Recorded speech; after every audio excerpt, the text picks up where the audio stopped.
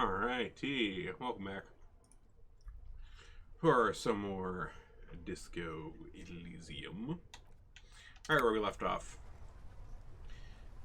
Things are heating up a bit. We'll have to see what goes on.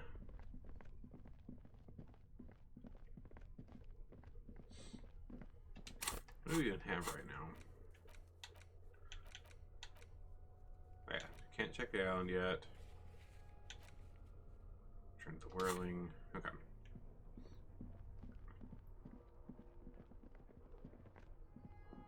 Let's see, our way out of here. Oh, it's over here. That's right.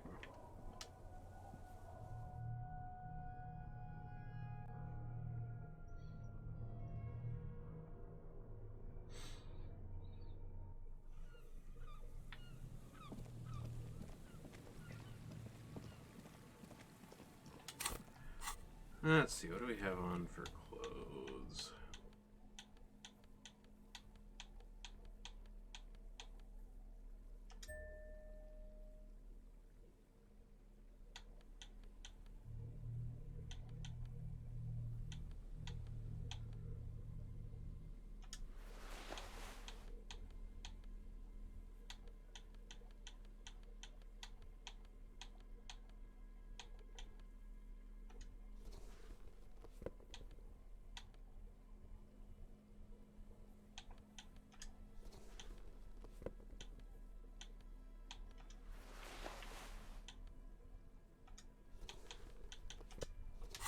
Nice, stylish. This hat is so soft, so warm.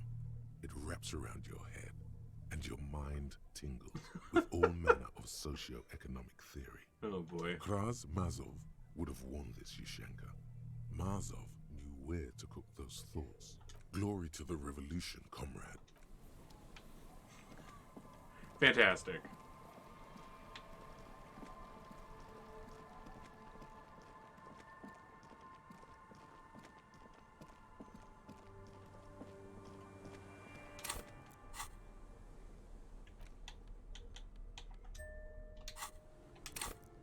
Actually,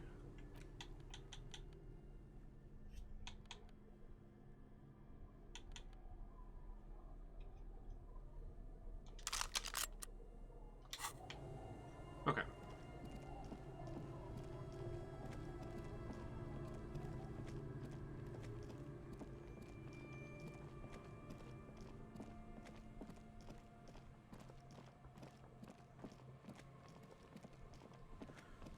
Let's see.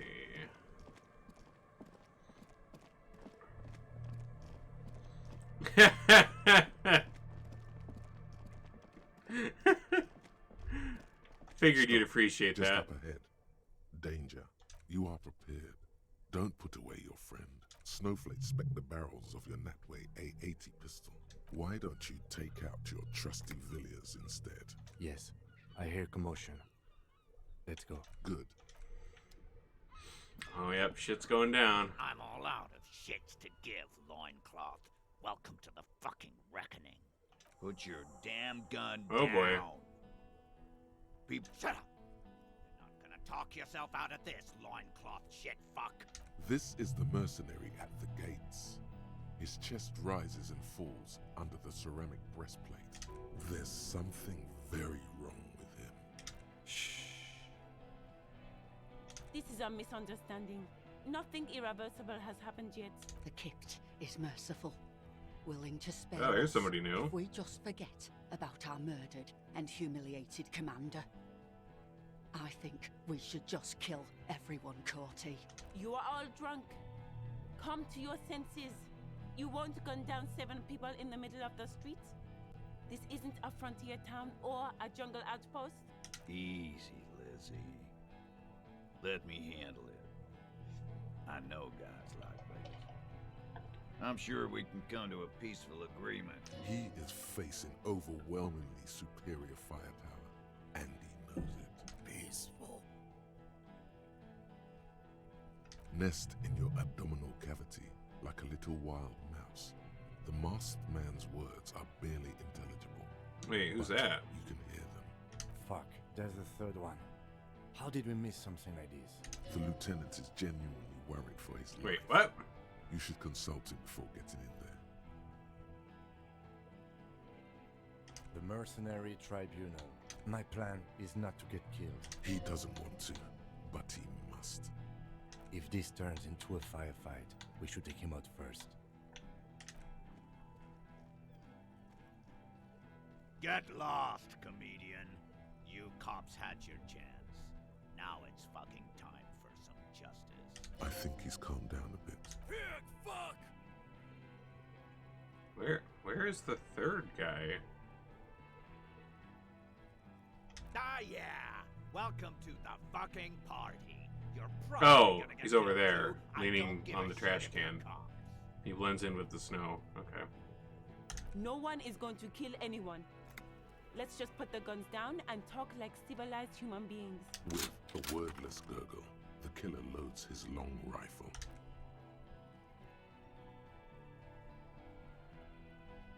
Even if it comes to a fight, it's always a good idea to drag it out first. Peace. Always peace. It has worked thus far. Rude. Rude is the killer. Rude, the killer, Hohen Cloven. All of you cunts inside out. Rip you open. The gunner, the raddest, the killer. What do you think he does?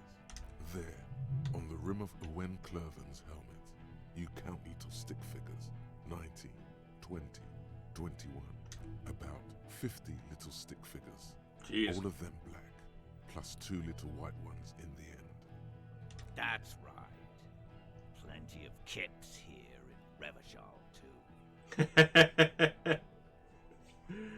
This is one of my grandfather's Hawaiian shirts from like the 70s. It's pretty wild. T, let's fucking do it. Seemed pretty disco. It's got the pointed end tips and everything. Easy. Easy now. Yes. So what? Yeah? So what? You should be drunk too. Or, like, drunker. You don't want to die sober, do you? Nah. I'm clear as day. Enough already! What is this? Interrupt me again and I will execute you on the spot, Lance Corporal. Dangerous. Ask about him first. You don't want personal facts about his dead friend coming out of your mouth. He has to start it. Yeah. I don't fucking act so well. Laylee had a hard-on for making faces for you natives. Sergeant Major Raoul Cortiner, reporting in to burn this fucking mud hut to the ground. It's kind of racist, dude. As he moves, the interlocking pieces of his armor click softly. For killing, maiming, and humiliating our commanding officer, you're all sentenced to death by lead. Fuck do you mean, talker? We've heard testimony. People say he was charismatic. Yeah, he liked to chat up the natives. Share leaflets, squeeze a bit of kit tass here and there. If Laylee was here, he would spare the lot of you. Maybe shoot one for show. But me, I'm not a big fan of public affairs, Clay Monkey. I'll gun every one of you down for what you did. Ready to open fire, Major. At your command. Our colonel did what he had to do. It was either one cunt or 100 of them. In your shit pipes, right in the fucking. Jesus Christ. He likes to fire mortars at random coordinates. Wipe out mud huts like that. Real He good gets people here, bored. obviously. Laylee knew how to command. Good lord. He was a good commander. Oh yeah, he would have commanded this fuckhell way better than I did. But that didn't happen, because Hayseed Bill and Kipty the Kipt here fucking murdered him. Had him stink the village up for 2 weeks. Listen, man. We told you we... Told us what? What did you say? Who said that? Tattoo fuck. You'll die first. Baby blue, yeah. Like someone fucked up and put a baby's eyes on a grown man.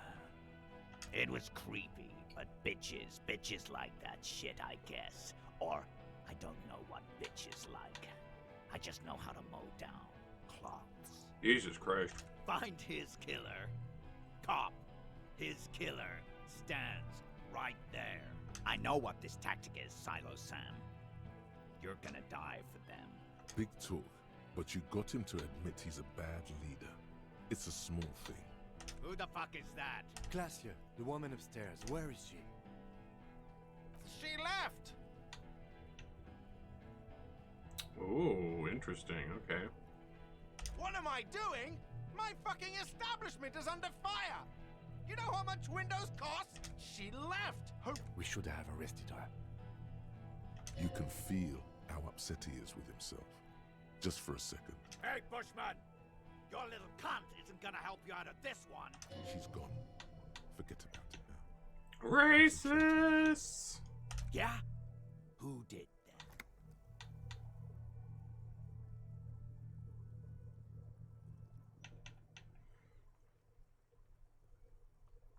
Time. Time is up, loincloth. Give me a name. Now! Okay, well, it wasn't Titus. So, like, it could have been Glacia? Well, no, it couldn't have been. Because she was there getting fucked. It's either Ruby or it was someone else that we haven't.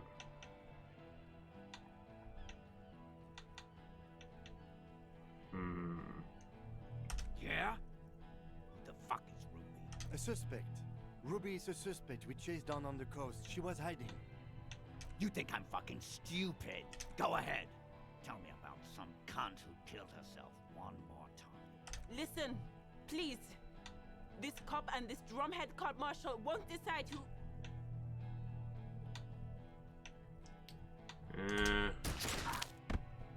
Oh shit!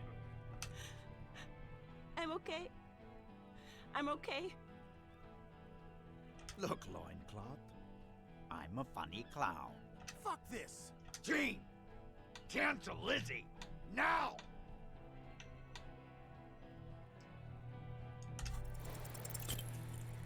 Fuck. A small explosion expels the bullet from the chamber. With Oh! a puff of smoke, it hits the man square in the chest, like dice rolling. The kinetic energy of the 9mm front-loaded bullet is distributed evenly across the chest piece and into his hands. Go ahead. Have another try. Huh? Oh, I've always been like a fast reader.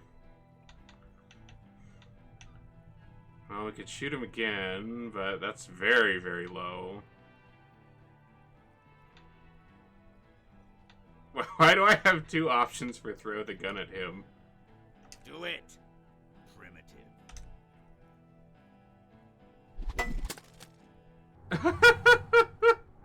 What Kill the him. fuck was that?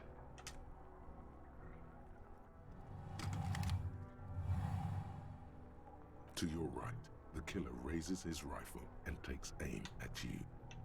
His moves are Oof. steady. From the corner of your eye, you Oh, see the jeez. lieutenant raise his Shit's pistol, going down. and he's trying to find a straight line of sight before the rifleman can take you out. You stare down the barrel of the gun. You see Rude's mask behind it, his eyes in the slit of the helmet. Is there anything we could use to protect this frail body? Just dodge the first shot, and the second will be I guess we're gonna Don't succumb dodge. to anger, and you leap left. Oh and shit! the air passes mere millimeters from your side, tearing fabric off your coat. Feels like the lightest of tucks. The man tilts his head. Watch out! To your left, Oh no! Paul is about to take a shot too. God, please. He's aiming for the eye slot in Rude's helmet. He has to.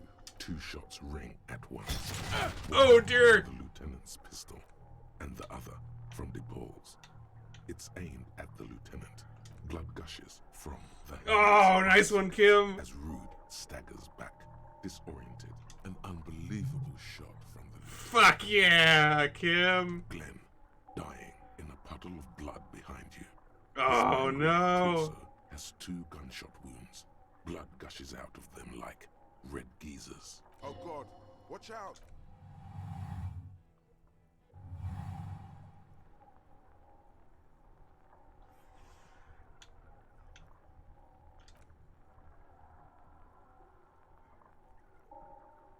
Here it comes. Death. We'll try.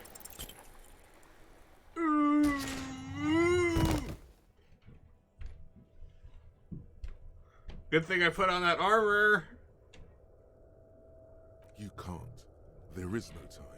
Something inside your pelvis explodes. Oh Your no. entire lower body is on fire, and your legs can't support you. The Hardy Boys are yelling. Someone is running, jumping over you. In the background, you hear gunfire shatter glass. It's Titus with a splat like meat. You hear Oh bullets shit. rip into him. His voice still giving orders. He's not gonna make it. Warm blood pools underneath you. Don't go into shock. Hold on. Most of what's down there.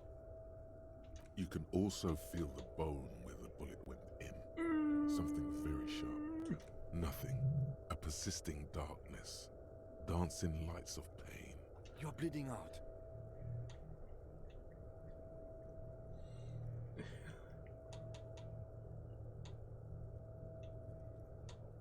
Stay with me.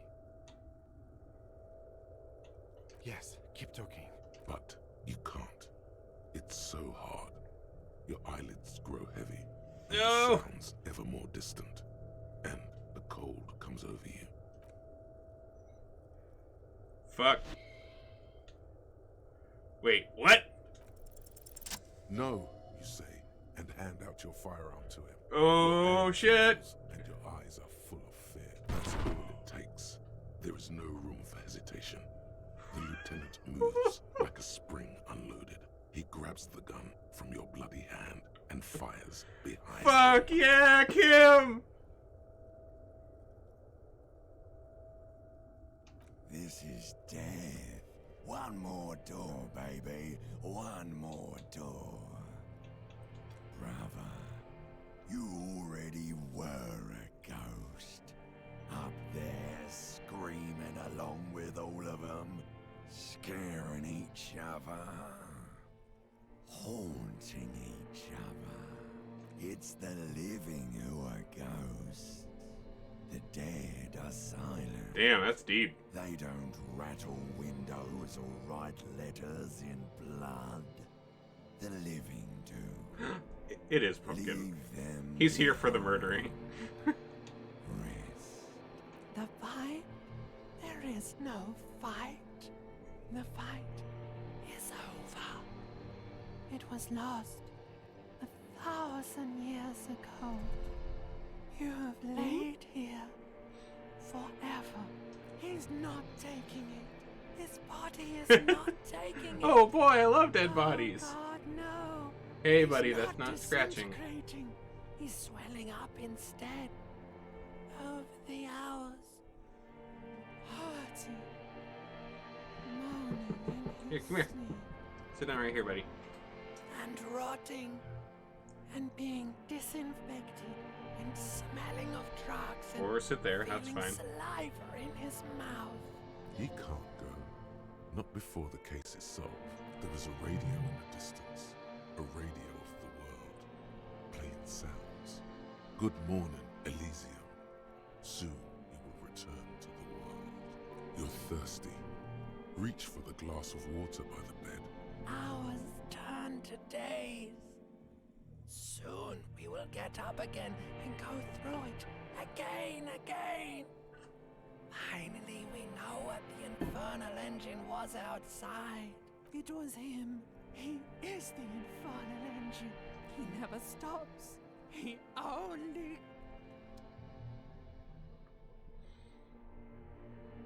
Alright.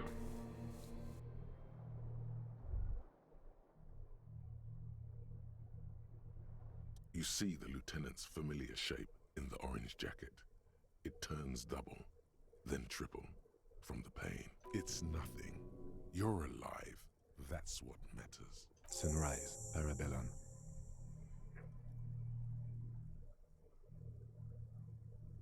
It's not ouch time yet. You just got the Dramamine pill an hour ago. Mr. Gart cleaned it. It took him an entire day. 2 days, in and out. You've been up enough to take Dramamine and curse. And drink. And curse. Sunrise, Parabellum. Sunrise, prepare for war. It's an old revolutionary saying. The gates of the harbor are boarded up. The streets are a little more empty. Apocalyptic violence is yet to erupt, I am relieved to say. I think we may have held it off, for now. Barely. Yes, we have also completely failed, but that's okay. What happened? You shot the colonel, unsuccessfully. Then you threw your gun at him. A firefight ensued.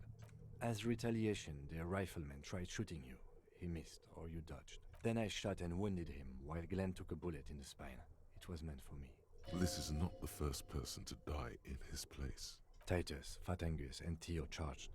Angus and Theo died before they made it to intensive care. Titus died in the hospital. Yesterday. Alain and the young musician, I forget his name, they are all that's left. Dang. Yes. You were bleeding out.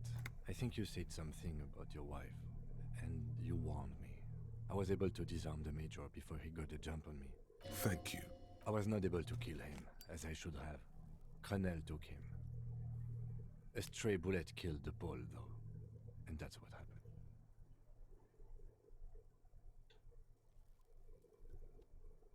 This is the one. He's in a private hospital across the river. Crenel claimed him from the local butcher shop where Titus died. We won't get to him anymore. The good news is he's not coming here either. I did some damage. Yes. 6. Glenn, Theo, Shanky, Angus. The fat one, he took a lot of bullets. And Elizabeth too. Elizabeth Beaufort was her name. Oh no! No, she bled out before Everard's surgeon could help her. Everard sent his personal doctor, but a costly loss for the Union. Dude. She was being trained for leadership. She never had a chance. She should not have been there in the first place. Stop this line of thought now. All. Yes, officer. 7 people are dead. It's not a success. A little bit. +1. Ruby. But what's done is done. The violence is cordoned off. The Hornets did not get into the beehive. The worst scenario has not materialized. Yet. And we are still alive. Hey, both Pumpkin. of us. His smoking. His hunched back. You have it worse. But he took a real beating. Reasonably bad. You were shot in the left quadriceps. That's your thigh. The outer side, thankfully, no major arteries were nicked. We will see. If it's possible, then by pure willpower alone, you are going to have to become a psycho-locomotor. Good. You'll need to be. Whatever that is. Whatever that is indeed. No.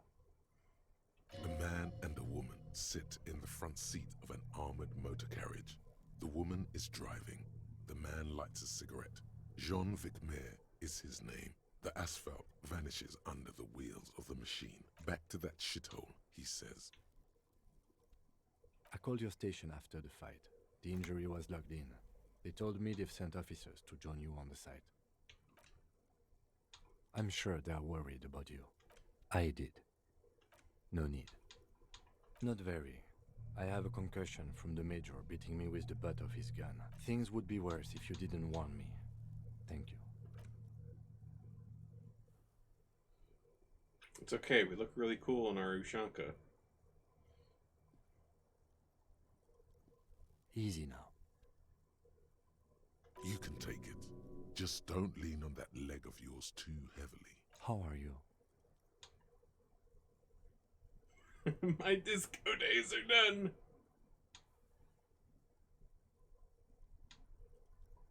He nods. I honestly don't know. We can't talk to Everard. The harbor is in lockdown. Everyone in there is outside our grasp now. And Joyce has left too. Oh, dang. Yes, she left yesterday morning. To meet the board of Wild Pines. Oh, that is what I've heard. There's a pin somewhere in the machine. that keeps Connell from sending in a death squad. Maybe it's her. Maybe she kept her hand. Either way, Ruby's gone, and Classio too. We really should have arrested her, you know. I don't know. I think the dangerous theory you presented on Classio was wrong. We have not found a motive or a weapon for her. Honestly, I think our investigation has not produced a single credible suspect. We should go upstairs, rethink the ballistics in situ. I agree. See? There's that. You can do ballistics. Yes, God curse the footprints, not solving the case for us. Au diable. I don't know. That's been there for years. Don't be narcissistic. Half the cops in Revachol West are his peonies. What? Every piece of garbage in the city is not connected to the case. You don't have to catch everything. We could find thousands more if we wanted. But they seemed so mysterious. No need to be melodramatic. He arches his brow. The ceiling fan patiently spins overhead. It really is very hard.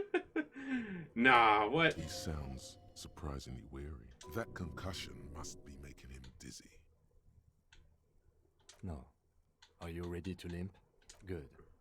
Where do you want to limp to? Why not?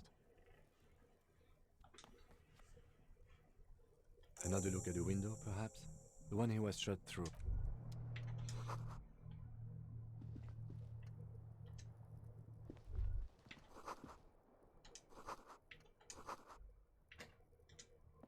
Oh, hey, we can go in the The chemist's room? bathroom mirror has been wiped completely clean. You see the reflection of your face in the mirror, Oh, God. even now adorned with the expression.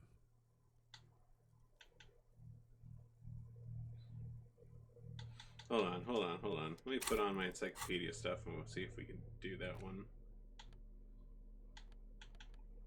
Let's see, logic.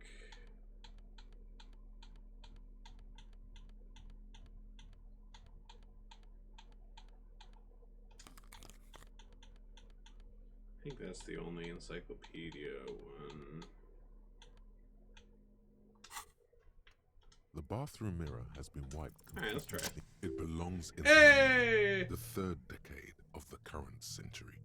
Enough time had passed from the failure of the revolution that, for a fleeting moment, free market economy seemed like the ultimate, uncontested way of life for our species. Things were good. It was smooth sailing. People made gold and champagne-tinted interiors and facades to suit the times. Hit me. Calling this the new style. But more importantly, disco happened. Forget about ostentatious orchestrations.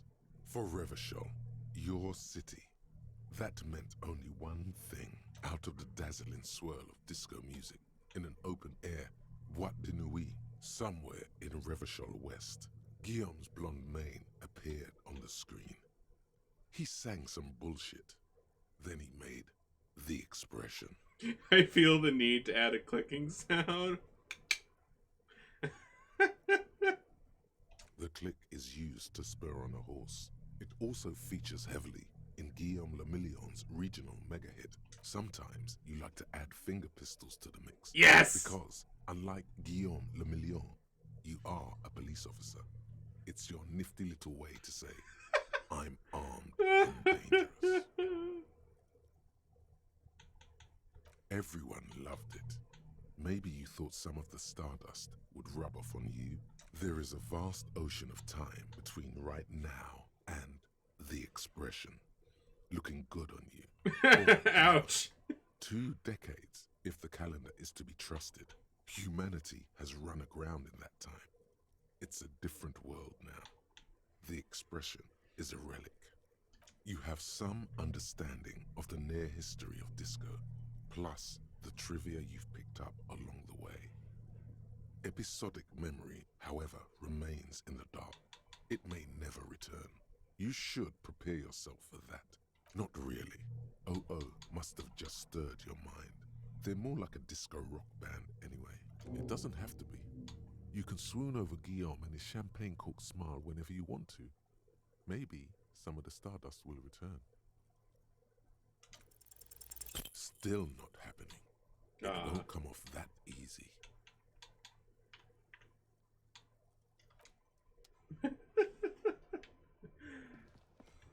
We still gotta look like this.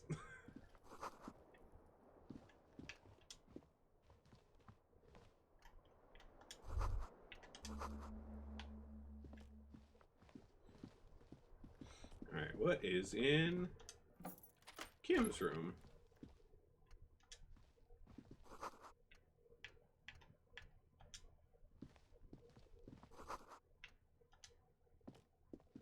These papers bear the stamp of the RCM.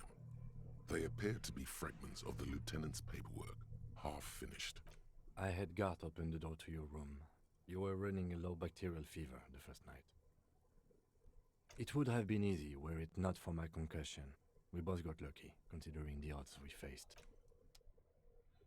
Indeed.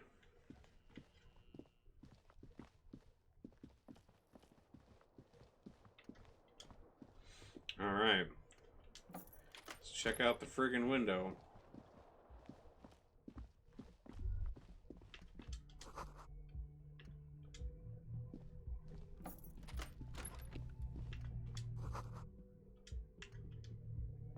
Next to the stack of bills, Ooh. you see a note. A few lines jotted down in large, uneven handwriting. I'm sorry, I fucked everyone over. P.S. I didn't kill him. P.P.S. Gift upstairs. A gift? I am not drawing my gun. Relax. Not everyone is out to trap you. It's hardly surprising. A gift, huh? Alright, we're gonna look at the window again. Let's get our visual calculus stuff on.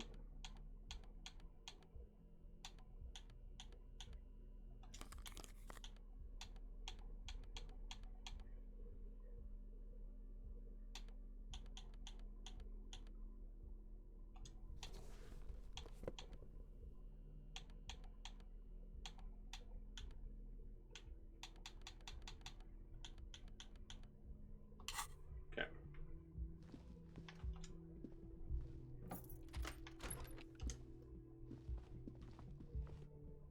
The medicine cabinet is empty. Pity.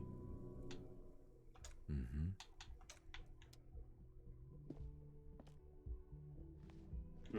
Okay. Alright, better be a good gift.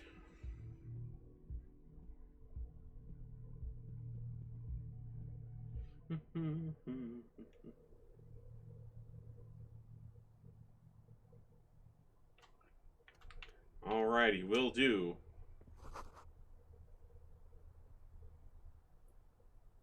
Pumpkin Isaac says hello. Just thought you should know. Ooh, okay. Left us a clue on the line. You're a good boy, Pumpkin. You see the same two neon-lit shapes. A man and a woman. Only now a red thread bisects the room, pointing from the antenna outside to the cupboard on the wall. This is ballistics. She's left a trajectory for us. A ray of backward motion explodes from his mouth to the roof outside. It suggests the bullet came from the extreme upper quadrant of possible angles, from a point beyond the roof. B triple prime. Isaac says he loves you.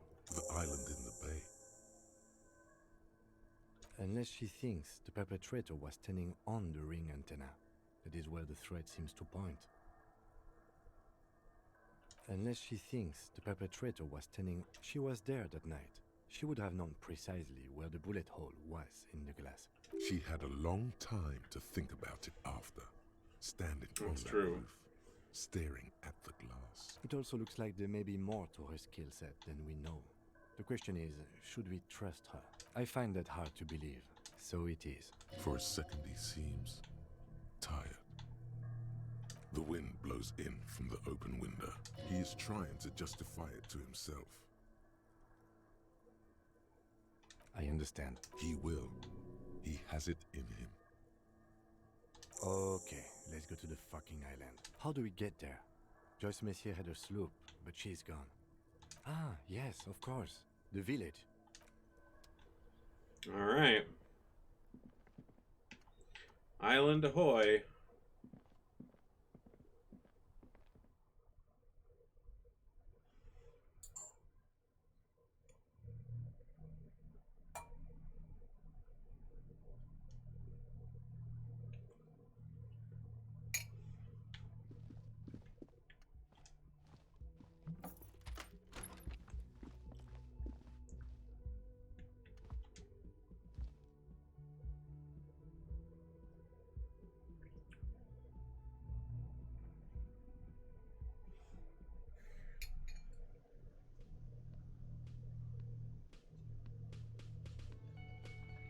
Strawberries. Oh.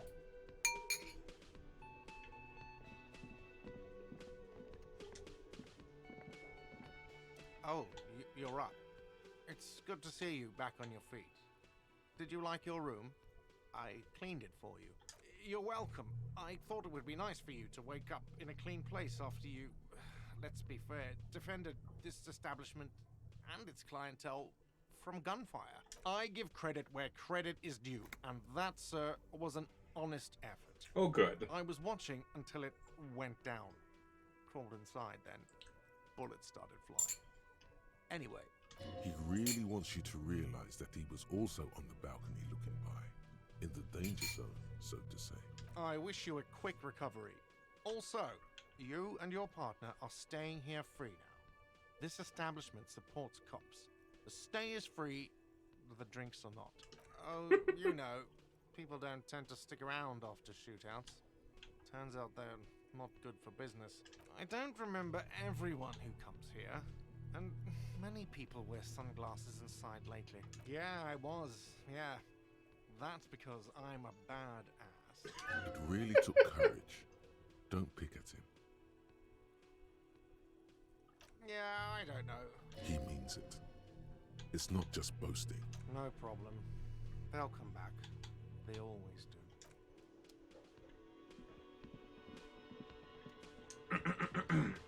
Hi again, gendarme. Bye-bye, gendarme. Alright, nothing new from him. Oh, I guess... Which one's this guy? Seeing you approach, the Oh, bruised Elaine. man raises his beer can in welcome. Oh, it's you. Didn't think we'd see you walking anytime soon. Elaine, look. It's the cowardly cop. Huh? What? He's very, very drunk. Our condolences for your losses. Does he look like he's okay? He does not. His unshaven face is almost grey, and he reeks of piss, sweat, and booze. I mean, I don't really blame him. Like, most of his friends are fucking dead. While still alive, he has abandoned his own body to decomposition. He wasn't. That's the thing. Titus, Theo, Dennis, Angie, Lizzie, they're all gone. But he got away without a scratch. There's nothing left. Nothing. He has lost the will to live. Oof. It's survivor's guilt. He feels like he should have died with the others. He may kill himself if he doesn't find a new purpose, or else go on in this way. Not dead, but not really living either. What? Sons of bitches. Was this really the best idea? I guess you may have prolonged his existence a bit, if he can still remember this when he sobers up. If you think this will keep him from offing himself, I'll make sure to remind him.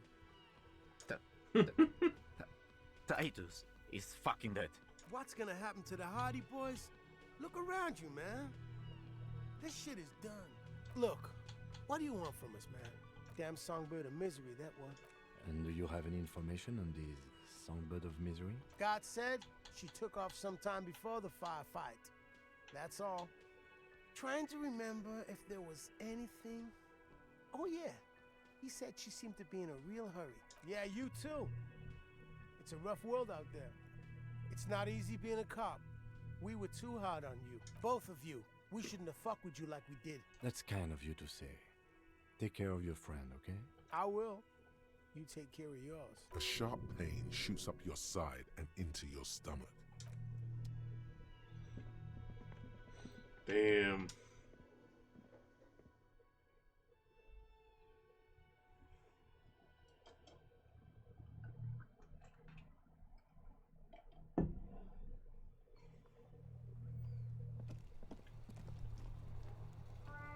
Well, that's new.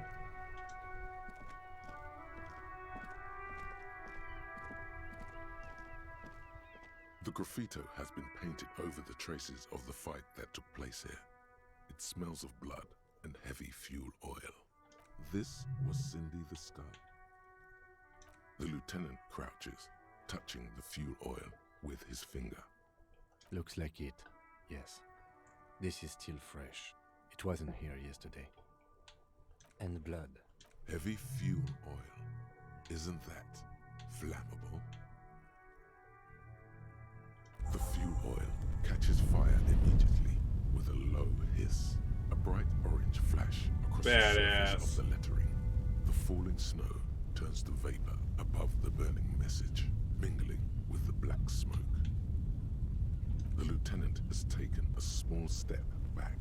He looks at your face illuminated by the flames and nods silently. The flames warmed him too. Let's go to that island. Slowly, the flames subside, the fuel burning out. The air still smells of mazout and springtime. Nice.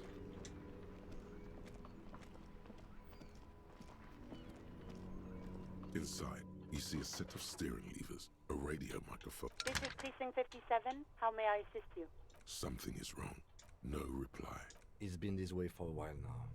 My guess is the Union is listening in on our conversations and jamming outward communications to protect themselves from Cronel. It only happens when someone mentions the attack. The rest is unaffected. Our best bet is to carry on like nothing happened. Silence. Okay. Well, I guess all we have is to go to the island, I guess. Alright, we do have some skill points. I guess we should probably put them in some things. I mean...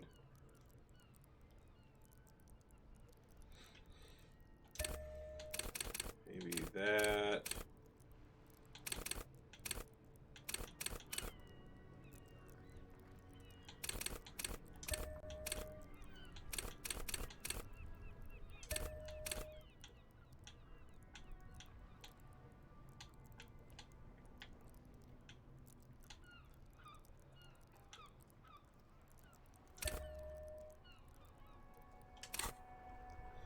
Cool.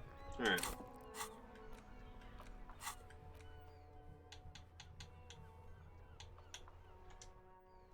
To the fishing shacks.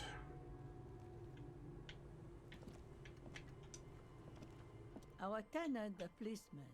I hope the waves don't keep you up at night. Even I can see that. I told you not to bring your trouble with you, policeman. We've got troubles of our own here. Though I suppose you took the worst of it. Turns out you were your own ill omen. I'm not sure those were the loss of the men with guns either.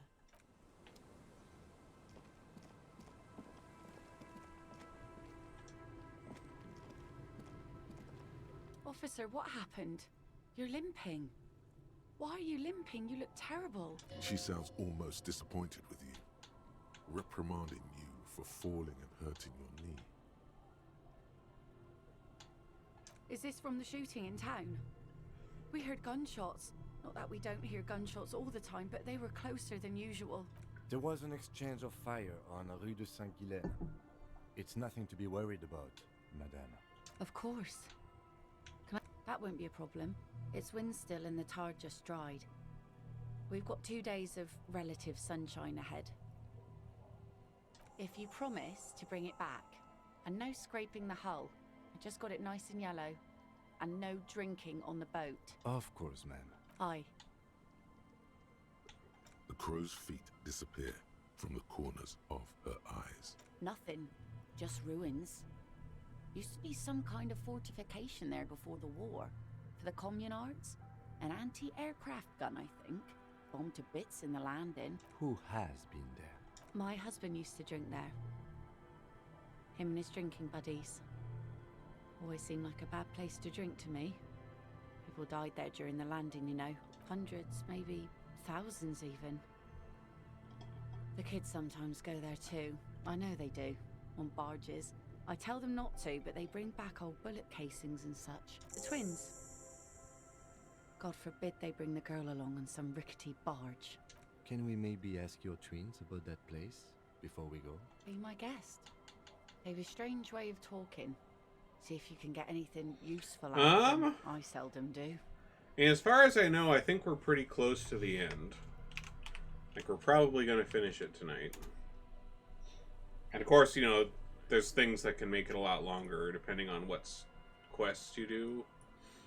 But let me total up how long we've been doing this game. Let's see. 6, 12.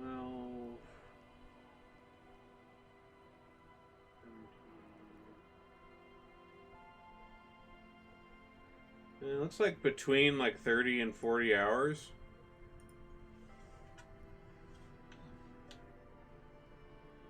Well, most of it's sunken. Underwater. That means concrete underwater. Cut your boat if you're not careful. So, kind of average. Be sure to enter from the like south length side. for like a Water's somewhat deep longer there. game, like 30-40 hours. Aye, aye, Captain. Please be conservative with the fuel, will you? Yeah, I mean, we've done like 5 or 6 streams, and it is indeed. And most of the streams we've done are like 5 or 6 hours long, Kicks the so. stone while the other watches him do it. And that iron. That's nothing. It's just a seafood and some plants. And we make a fire. Mm-hmm. Gather the sticks for the fire. They're lights. The fire guy comes and asks us to put the fire out. No. Yes. Let's go with yes. Because he asks to put the fire out. I don't know. He don't like. You're under arrest, kid. He don't like people. The kid was the killer all along. He Big plot shouldn't twist. go. Yes. I don't know. Did you mean there are electrical lights? Yes. No, he doesn't live there. No, he lives there. He doesn't live there. He isn't there sometimes. Anything else? I don't know. We ran. He just yelled. Our father killed himself. Oh! Thanks, kids! Don't say that. He didn't. I'm sorry. There's Lights, fire guy. We should check up on that island. Oh! That's great! Oh wait, we gotta go over here to get on the jetty.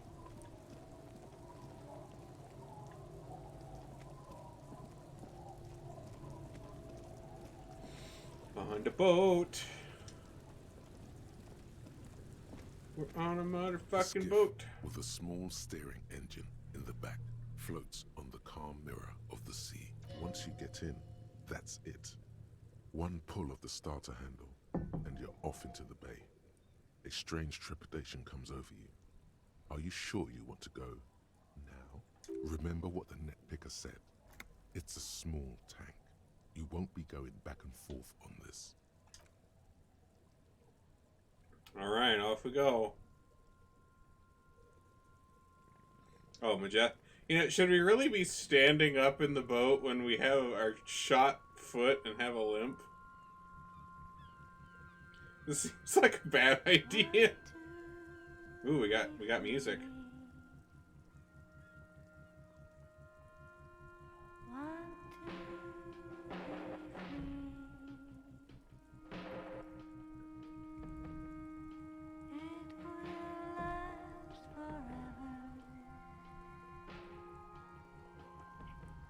I mean, we're going hella slow anyways, so...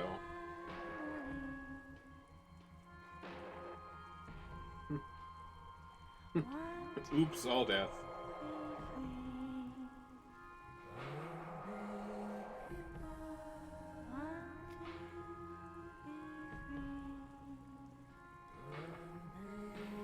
Man, this is some moody shit right here.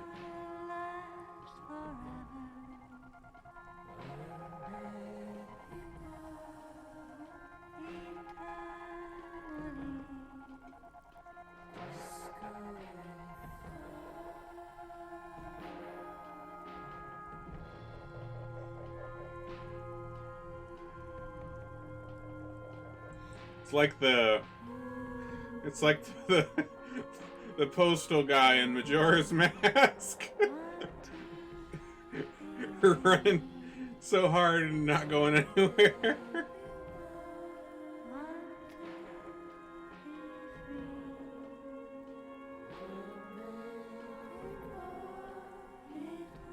Nice view of the church.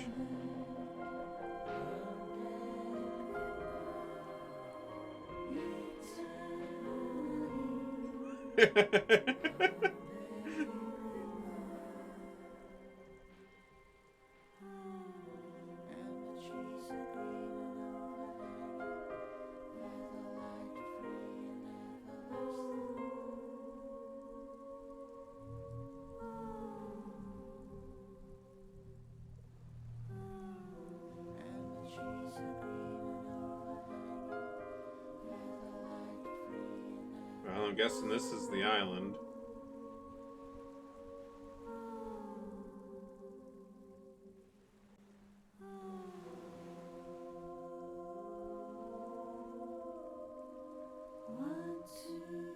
Damn, I have like no idea what we're gonna find out on this island. Just like...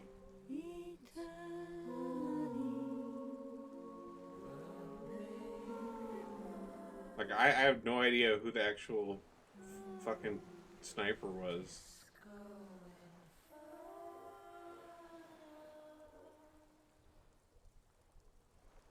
The boat comes to a slow stop. The lieutenant turns the engine off. In the silence, a sputter of wings. A flock of quails takes off in the distance. Let's go.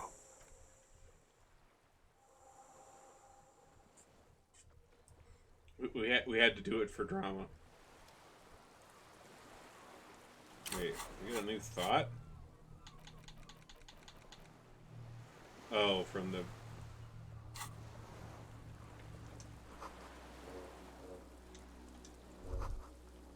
The chain trails off into the ocean, connecting the island to the supply depot on the coast.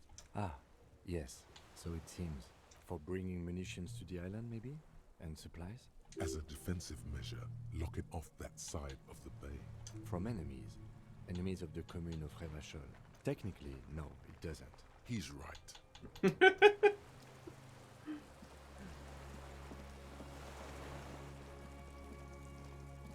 Alright, looks like we just gotta go up on this little building.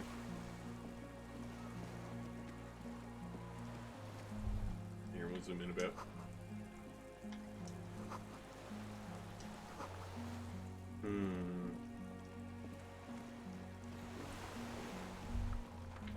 The dry grass crackles under your feet as you stop. Far away, birds' wings touch the still surface of the sea. The flock of quail departs, now more than 100 meters away, 102, 105. On the islet, there is almost no wind, just the light movement of air through the reeds. Bulrushes swaying on the waterline. The great ghost of the air is holding its breath. A silent hiss. Sea air moving through the needles of a pine tree. The faraway roar of the city, distant like today's dream. Before it, the sound of sand. The low tide filtered through its grains. A bird tending to its feathers. A low hum. The air slowly moves through a concrete box, through its ancient slits and cracks, resonating, hollow. A big building. Air flows out of a pillbox window, There is very little there. The air cossets flowers on a meadow. Absolute silence. A jitter. A sound impatient to happen. But not yet in this world. You hear some kind of limb fidget, producing an imperceptible tick. Yes?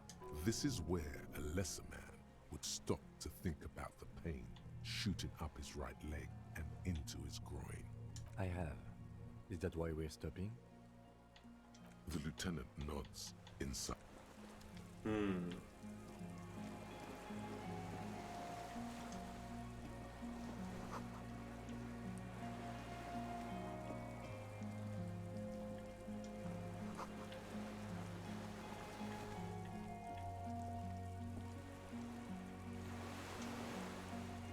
Okay, so we can't get down there from here.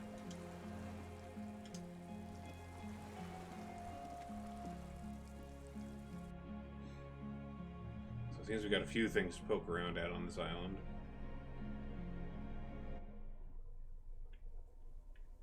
Alright, what do we got in here?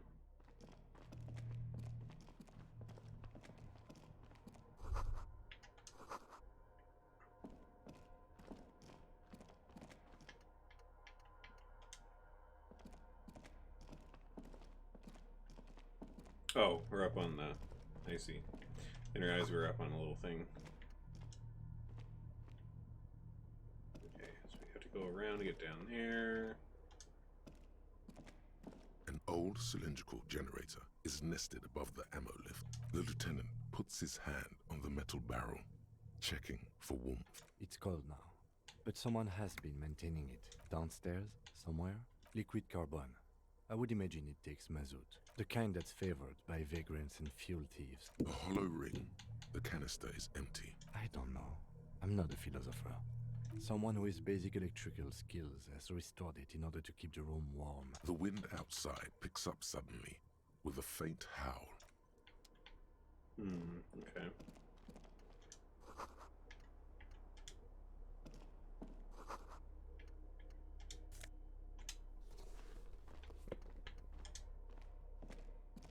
There's a greasy old spring mattress in the corner, resting on piles of soft-cover books.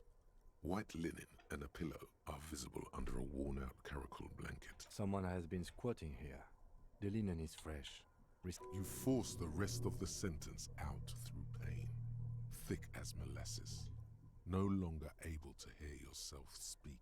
You know, officer, you can rest here if you are feeling tired. I will keep watch. You could use some rest for what's ahead. Yes, anytime. If you need a rest later, it's okay by me. You don't have to be a hero.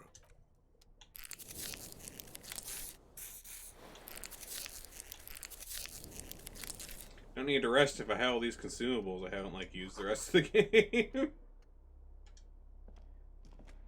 Books and magazines lie scattered on the floor and on a makeshift cupboard. Most are soft covers, serialized fantastique and detective stories from the 20s and 30s. Among what is mostly commercial fiction and serialized stories, you find a magazine cathodique for electrical engineering.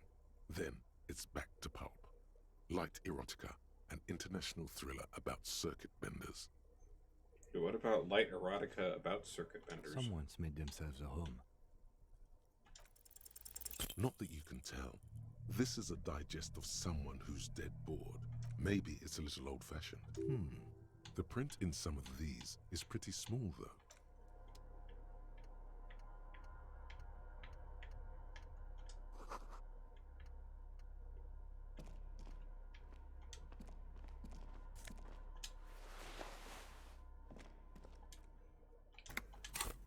Out of curiosity, what are these?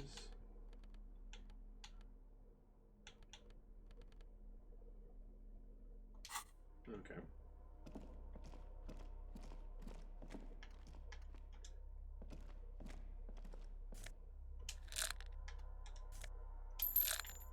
All right, we found a dollar.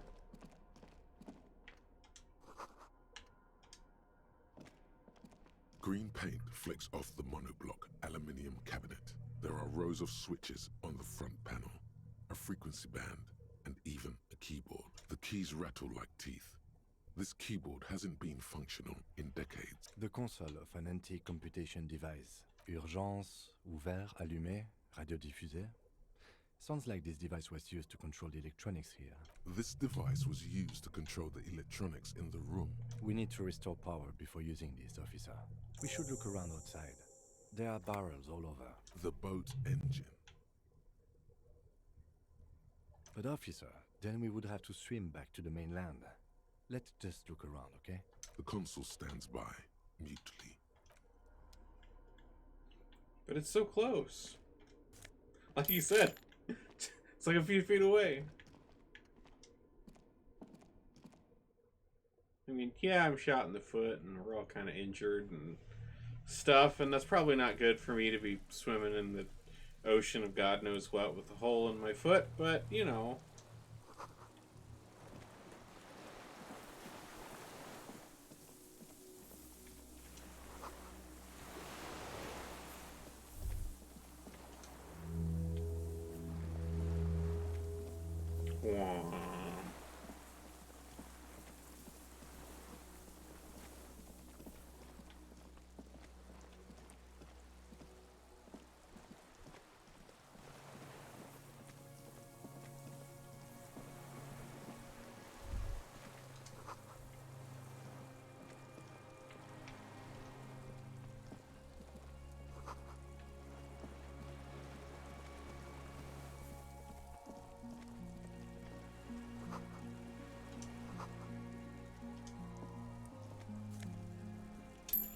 Drugs.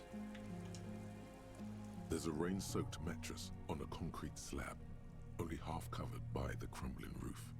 At the head of it, double embrasures, firing slits like two eyes in the wall. B triple prime. This looks like a good place to shoot from. A single-person mattress, modern, civilian use.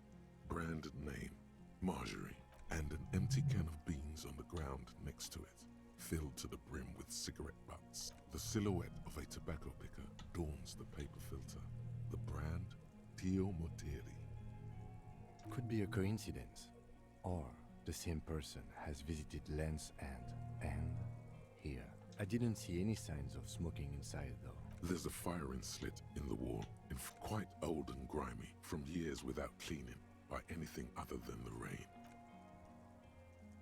The springs screech as you lean on the mattress. Trepidation. A tingling feeling in your stomach. A small piece of Martinez coastline opens up in the square in front of you, like a tiny landscape painting, 1 kilometer across the water. A towering skyscraper, its top floors shaved off by artillery fire, Capeside apartments. The red chimney and collapsed back of the 4-story tenement in front of the whirling in rags. The box-shaped silhouette of the whirling in rags. You see a small fleck of white on the rooftop, the upstairs window of Clausia's room, in the snow, reflecting light. What does that mean? Do you have line of sight to the window? More than that. A pair of binoculars? Or a scope of a rifle? I think we have it. The origin of the shot. This is the sniper's nest. Affirmative. In our defense, nothing pointed here. He looks north, over the fortification. He's conflicted for a second. There's guilt there. Where? He does not answer, just nods. We should move now.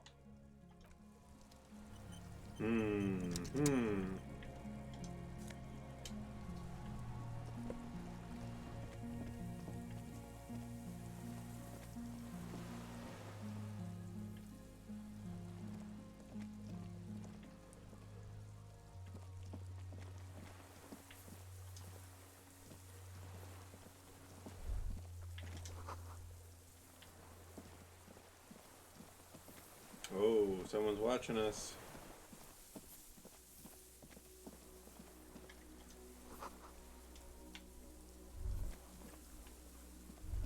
A strange feeling, looking at the water. Maybe you should just wander off into the sea with a bottle in your hand. Yes, cold and and still. But love is warm, like the inside of her mouth. Oh fuck, yes. Go there in your head.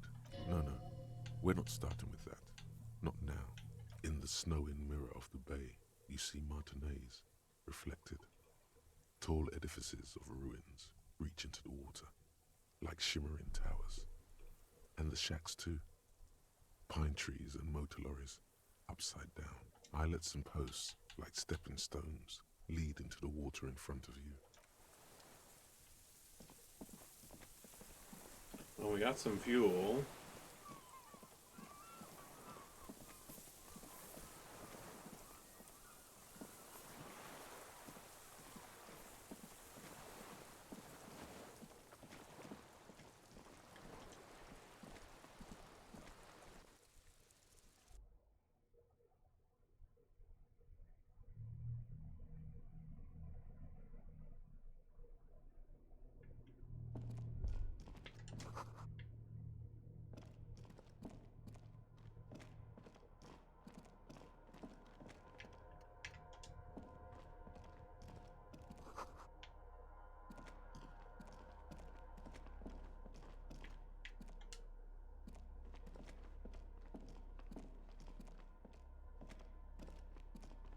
This old cylinder, the lieutenant assists. There's a red starter switch on the side of the cylinder. The recoil start wakes the old generator up.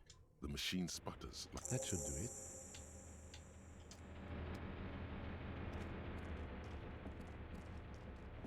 Okay, so we turn that on.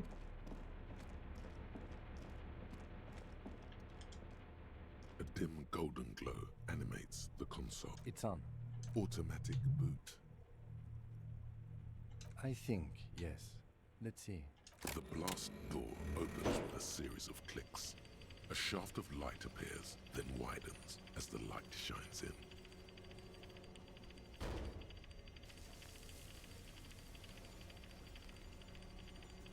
Dun dun dun.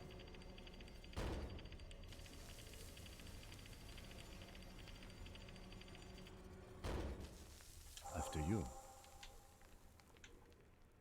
So did I. Not back there, but I felt it since we came here. Don't worry. I have a gun. I know. It was not easy to acquire.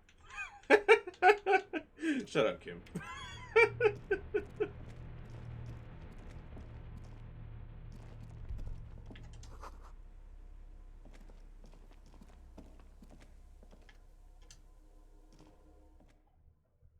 Dun dun dun dun.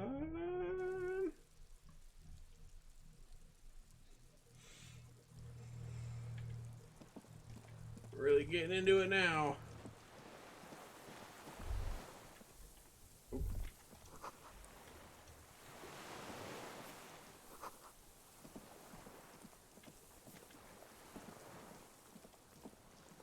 Oh, hello.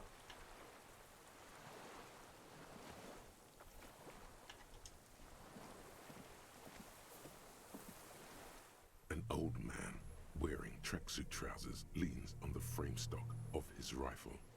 Who's He this? A big ball of spit in his mouth, then spits it out into the extinguished fire before him. He raises his black eyes, hooded by creased eyelids, to meet yours, unclouded by cataracts. His eyesight is sharp. He's practically tearing up from spite. Hatred got the best of him a long time ago.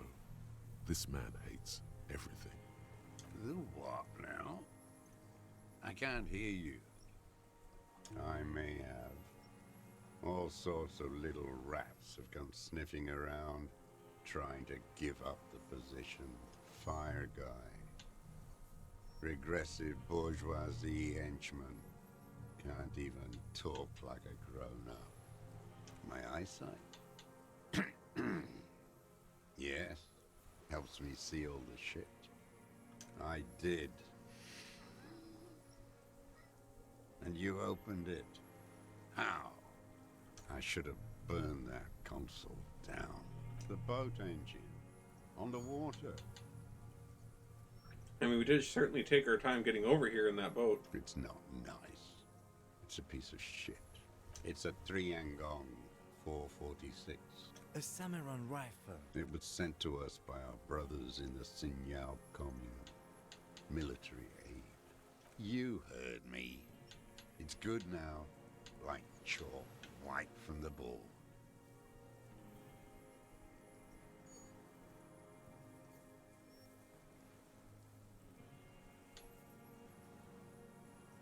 No. Put it down now, sir. Or you're gonna blow my brains out before you question me. To hell with it. It's a walking stick anyway. It's out of bullets. Like an amputated limb in the sand, his gaze follows your motions. The rifle feels surprisingly light in your hand. Frame stocked and patched in places with tape and wire. The rifle's in a shabby state, like a crutch that's seen too much travel. On the butt, you see Vespertine writing, burnt into the wood. Triangon, 4.46mm, made in Sinyao. Worn. Personalized even. Looks like this weapon has seen a lot of use, hasn't it, sir? No response from the old man. Jacketed. Military-grade ammunition. Stable in flight. Good for hitting something that's very, very far away. As he speaks, he stresses every word. The old man keeps following your motion with his gaze. My name is Josef Lilianovich Dross. Political Commissar of the 114th Anti-Aircraft Division of the 4th Army of the Commune of Revachol. I am a deserter, a partisan, and a prisoner of war. This is my termless surrender. There, behind them, across the delta, the Insacom building. Coalition government, Insulindian mission control. The commune of Revachol? Do you mean the ICM? From the Insulindian Citizens Militia, the army of the revolution. I was recruited in Jamrock in '07, trained in the École de Contrôle Orient, and consigned to emergency defense duties in '08. I left my unit on the eve of the landing. When I returned here on May 14th, the commune had fallen. Still armed and ideologically trained, I wrote a criticism of myself and resumed partisan duties. 43 years. No. I've been on other islands too. I was an Resurrection until they turned it into a spa in 18. Then I was an E-48, a nameless sound, until the sea washed over it. Then I came back here. That was 22 years ago. 43 years and 10 months. It's not how a human being should live. But I had to. I couldn't just forget. I couldn't just forget what I saw. He just couldn't. He nods, but he can now. What have you been doing during all this time? Hiding, fishing, waiting. Where it's morning, on Rue de Saint-Ghislain, people are walking. The gas streetlights have already been switched off. Further inland, in Jamrock, the streets come alive with workers.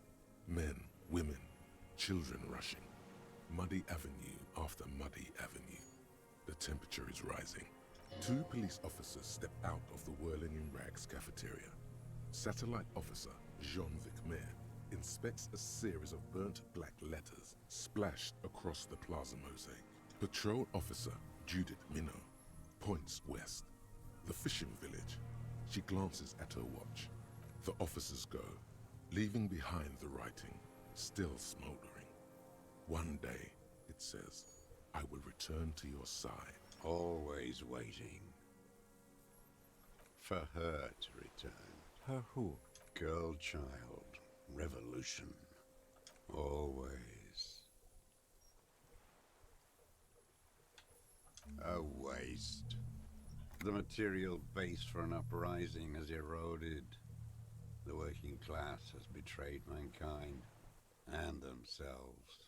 The historic opportunity for a revolution has passed.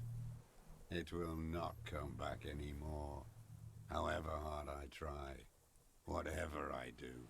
What has he done? Perhaps a confession will lighten the load. Yes, what? To get things going again? Fan the flame? There is no flame to fan. There is nothing left of the world, of our dreams. Damn, dude. I was just 16 years old. 15 when I volunteered. I had a lapse of faith. And of courage, too. Well done.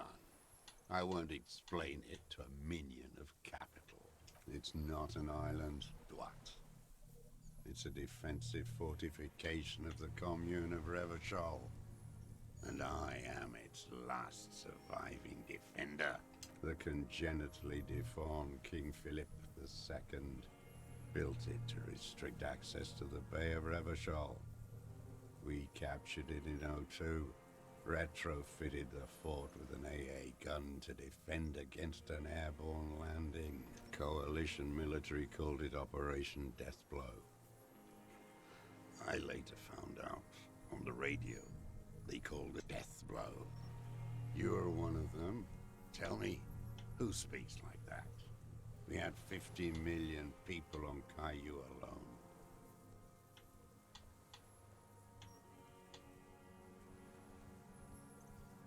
You don't know.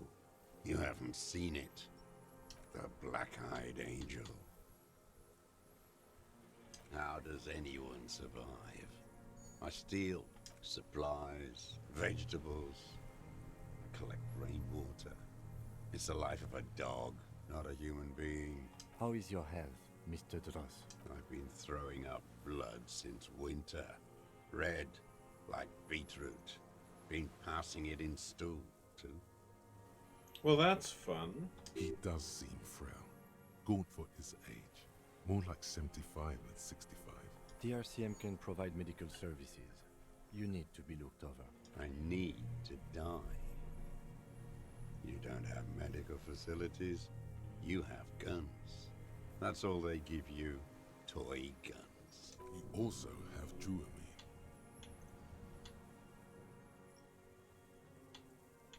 I haven't. I have holes in my brain. Years missing. Others filled with pain only. A decade of I don't even know what. Inferno?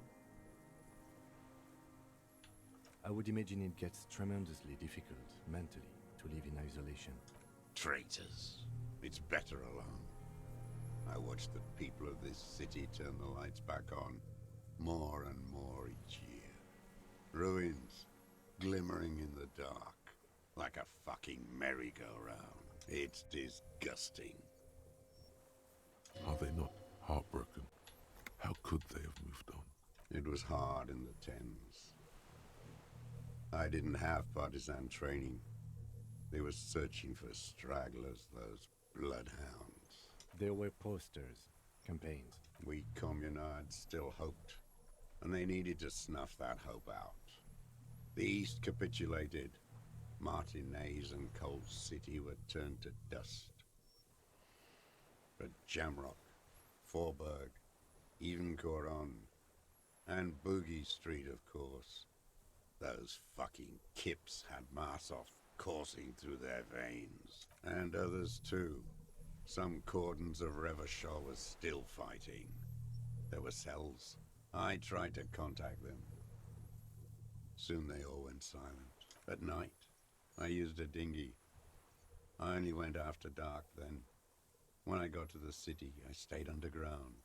Patrols, you lot. In the city, you move underground? From bunker to bunker. Not anymore. No one cares now. I don't even have to hide. The propaganda bunker. I used to, but not anymore. Propaganda bunker? They stored leaflets there. Broadcasting equipment, too. Made broadcasts, I think. Propaganda officers. I buried them with their leaflets. They killed themselves. And a lot of our boys did. I spent some winters there. Never liked it. Kept thinking of them. I don't want to. They're all traitors. Pigs, rabbits, and dogs. He does not want to see life moving on.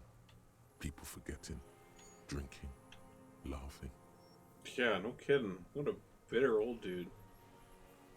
So you finally found it. There must have been a small squadron's worth of arms in there. Elmer Graves, right? Useless now. So you've been there? Sleeping. Some nights. Ammo scrounging on others. You feel the dots connecting. Little dots on the map he's walked across. I do. They're good. Plenty of tar. I like that boy on the pack, too. Reminds me of the last century. The old man looks across the water, at the city, the ruins, the motorways rising above it. You're with the RCM, the coalition-appointed mob that enforces bourgeois morals in Revachol. You're the RCM. You represent the Moralist International, the enemies of humanity who took this city. I represent their adversary, le Parti Communiste d'Insolande. Take me to them as a prisoner of war. I have relinquished my weapon. I can no longer serve. No superiors can relieve me of my duty. You bulldoze them all to a mass grave for trying to free humanity.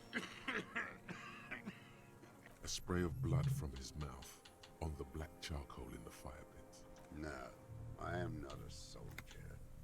I am an ideological officer. I belong to the party, not the army. Trained in historical materialism, then assigned as a political commissar. The old man does not answer. His job was to assure the army answers to civilian control and follows the ideology of the Commune. Scientific communism.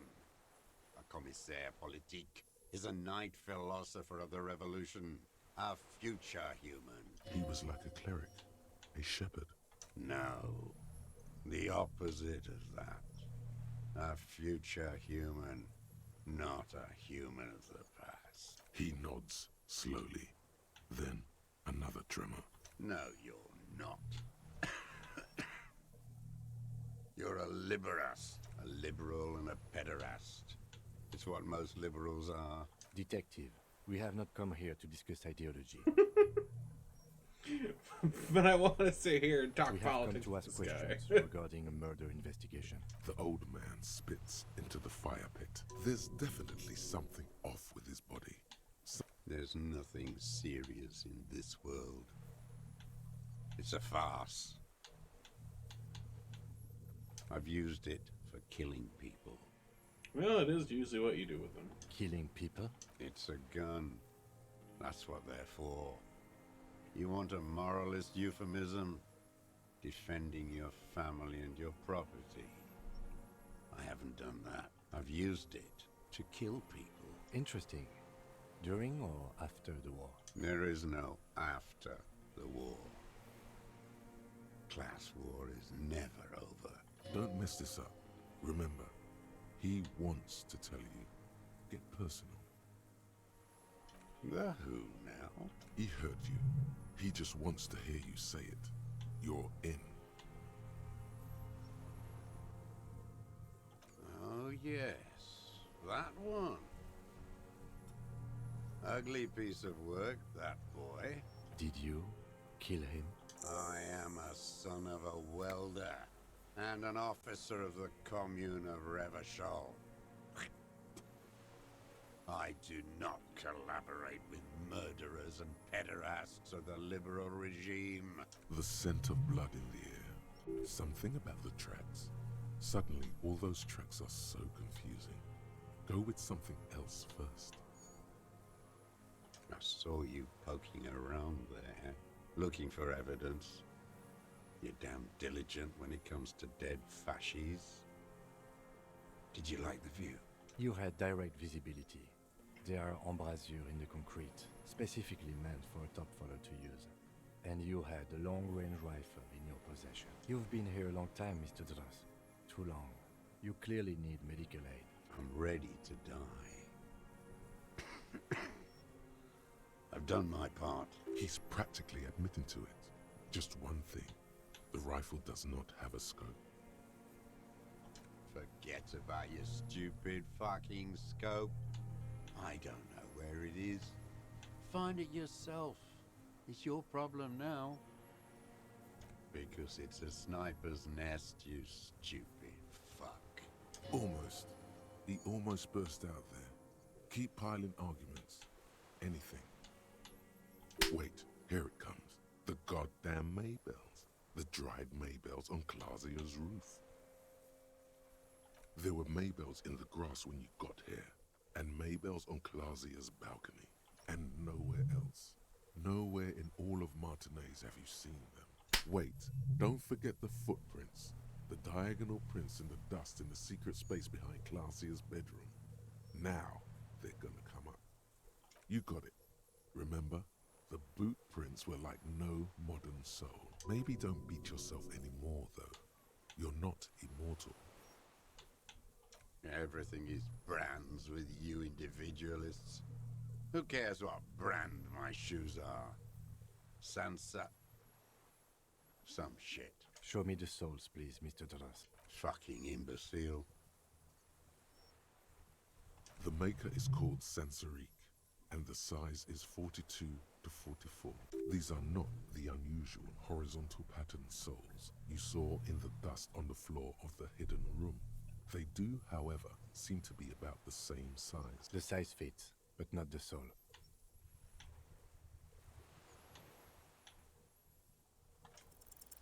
Sire, he doesn't have to be wearing them right now. Racking those brains, are you? Desperate to report something back to your masters? They must have really loved that dead fuck. The lieutenant gives you a quick sideways glance. The prints were his. You can see it in those eyes. The old man stares at his own prints in the ash around the fire. More. He's gonna crack. But you need a little more. Not a lot of guns around that use military-grade ammunition, are there? It's a real gun. Not like your little musketeer pistol. I've seen you prance around with that. Jumping hoops for the liberals. You look like imbeciles. Why don't you ask them to give you real weapons? Damn, he saw you. He's watched it happen. He would have a good view of the tribunal from here. So he saw you. Okay. So what? Don't let it divert you. Like fuck you did. I watched it happen. You let those beasts rip right into them. None of those people mean anything to you. So you watched the fight. Did you like what you saw? The mayhem. It was all your doing. Your plan. You got them killed. You don't know anything. You know what? You're right. I'm convinced this made the shot. Should we call it? Good.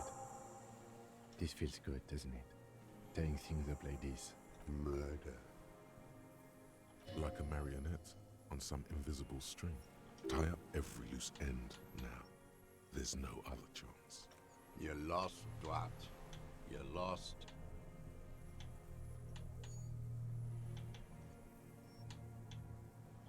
Petty bourgeois law. A drop of blood in the saliva. You're lost, Dwat. You're lost. For a 60-year-old man with stomach trouble, who spent his entire life alone on an uninhabited island, he seems surprisingly fit. He's prone to erratic hand gestures and clearly malnourished. But that's it. You can see no more by looking at his slouched frame. Is what you plan to say. Before you can get past, you're under. The lieutenant interrupts you. Officer, are we sure? We could maybe get more. The old man looks at his rifle. You've startled him. Maybe it was the silence. He quickly gathers himself. Still, what could he be afraid of?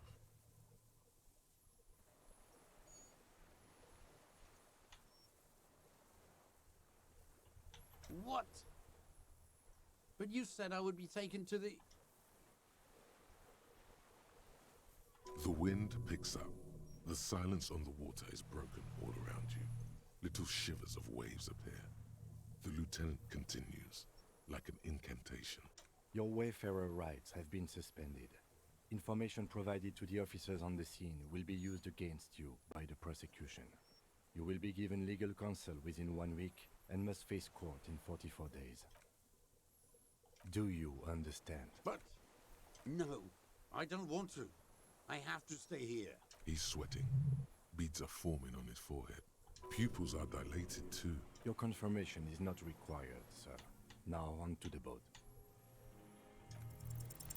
There it is again, to your north, as it has been since you came to the coast. Something completely different. It sounds like a bow, very slowly being drawn against the strings of a violin. Maybe there is room for 3 on the boat. What? What are you talking about? Is this... Your skin crawls. What is happening?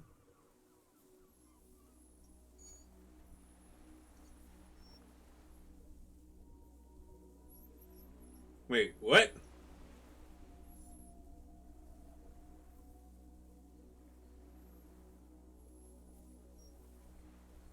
A delicate tangle of arms and legs unfolds from the reeds, limb by limb, to then just stand there, moving its scythe-like arms in ghostly silence. Is that the fucking cryptozoology bug?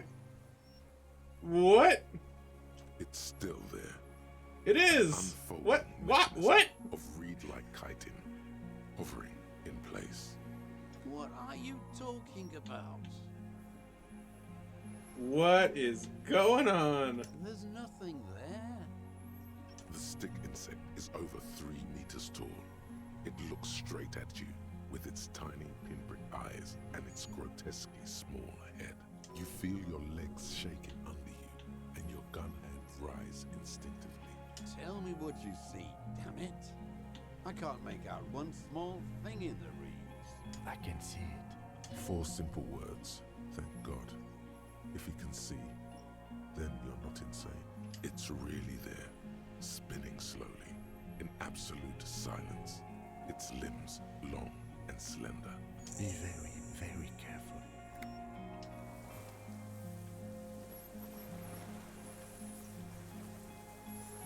What the heck? The creature stands on long stilt-like legs, antennae hanging from its head like a woman's hair, white and curled at the tips. It is no more than 5 steps away from you. The segmented antennae move with apprehension, searching for something that's not there. Reed-like tufts stick out of its joints. As the insect moves its forearms, it produces a faint hiss, like a reel-to-reel machine spinning after the tape breaks. The hiss is different from the strings you heard before. It says something else in a lower pitch.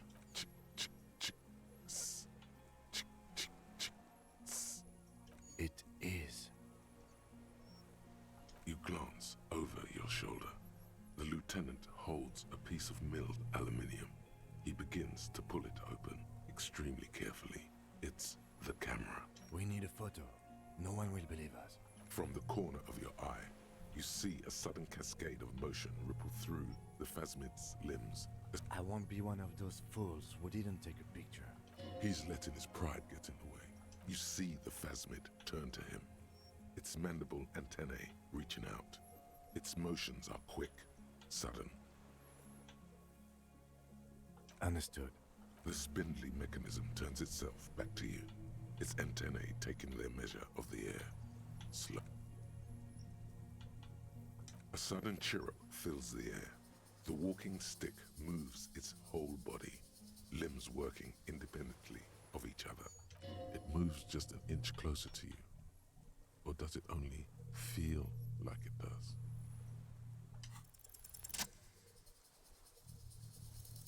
Slowly, with your breath held, you take 2 small steps toward the phasmid.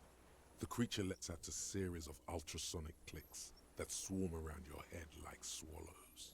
Like laughter, a sort of happiness. Sweat drips from your brow, soak in your chest. You reek of it. Your chemicals. Hissing and clicking, it extends its mandible-like antennae to greet you. You're right below it now, looking up at the colossal chitin of its white limbs. The head of the creature is crowned by reeds, and its eyes are like small droplets of water. The insect stops its stridulation, seeming to observe you. Below its crown of reeds, little pinprick eyes detect motion, glittering. Suddenly, there is silence. As you do, the invertebrate comes to life, its limbs moving independent of each other, as if each has a mind of its own.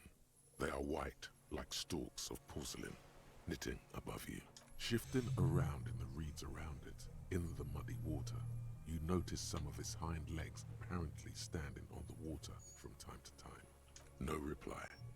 A total ancient silence comes from its mouth, along with what appears to be some kind of foam. You were right.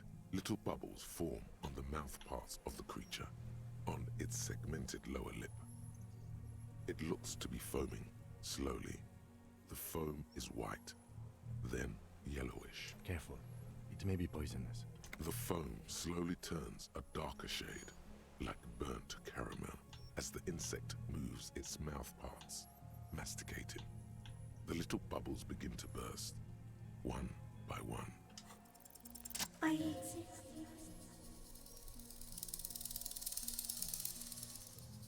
Tell me what it's like for you.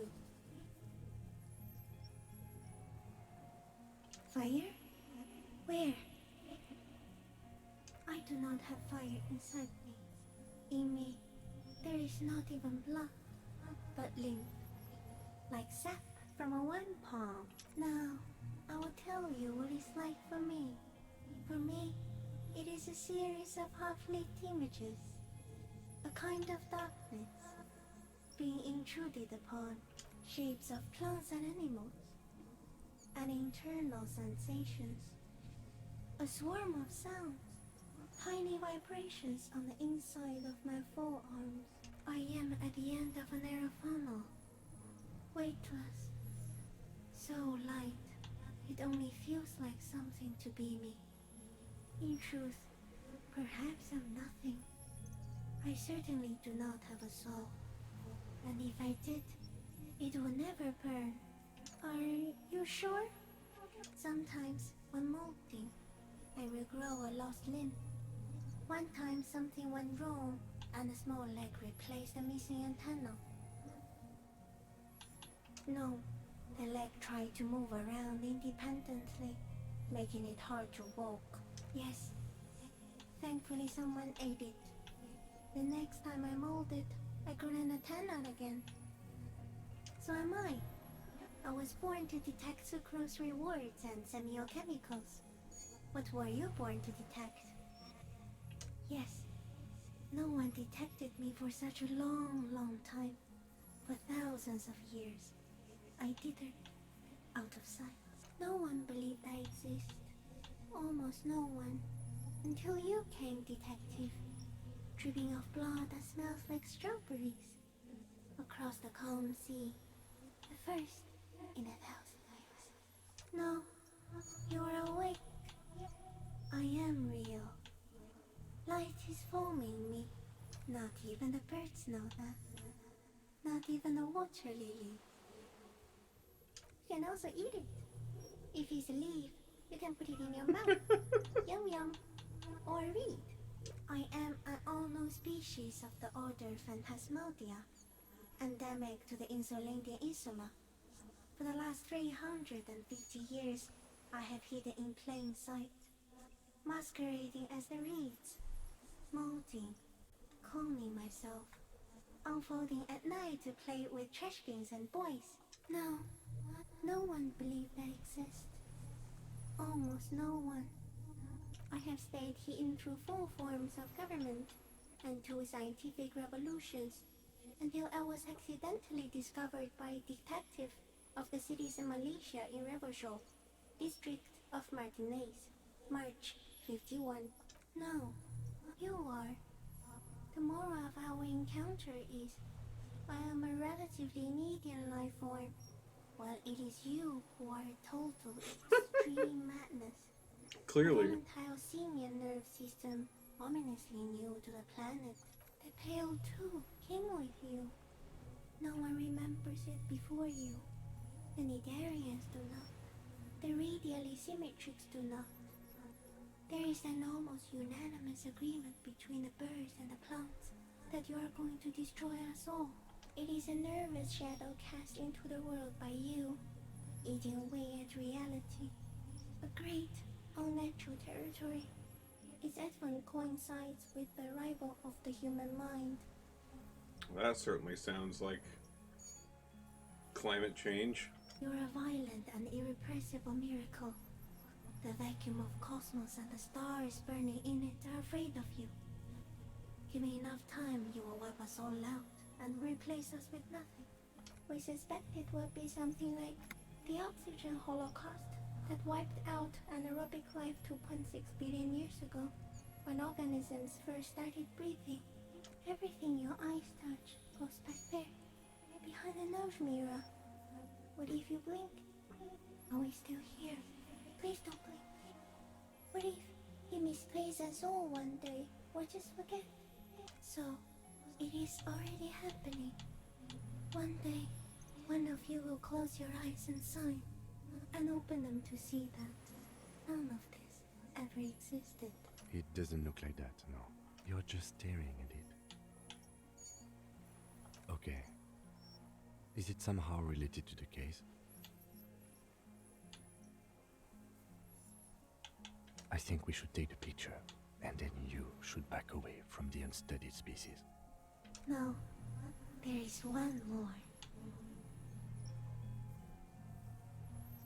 Thank you. I also have one more thing to say to you. That woman. Turn from the ruin. Turn and go forward. Do it for the working class. She was middle class. It doesn't take a 3-meter stick insect to tell you that. Okay. There is no change in the insect's motion while it's being aimed by the camera. In 3. If it moves, you jump back. I'll shoot. Here we go. 3, 2, 1. The shrill flash of the camera cuts the air like the blade of a sword. The phasmid freezes in its bright light. Head turned toward the lieutenant, hypnotized by the flash. It stands frozen before you. I got it. For all time. The antennae hang from a great height. With your hand shaking, you barely touch the tip of the left whisker. On contact, the kiting curls into a spiral, like the tip of a poison ivy. Its touch on your fingertip feels cold, ticklish. The sensation is electrifying, resounding through your body. It is surprisingly delicate.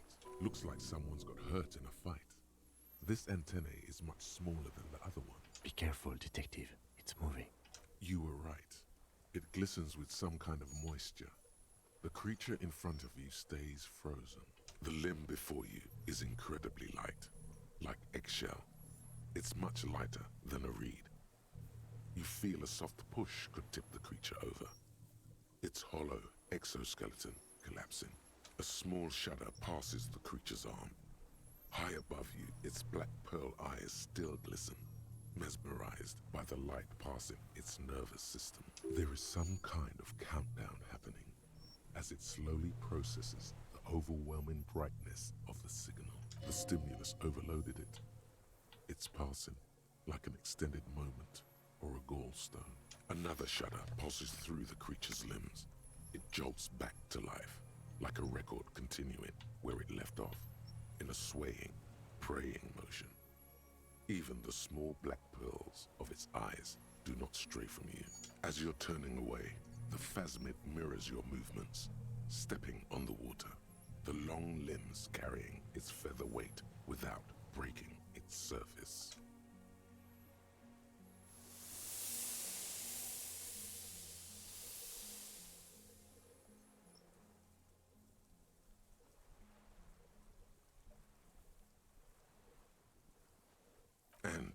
Just like that, it's gone, skating away across the sea's calm mirror like a skipping stone, leaving nothing but circles on the water. Well, that was something. Wow. And something under it. In the place it stood, bobbing there, among the reeds, a collection of items. It's gone.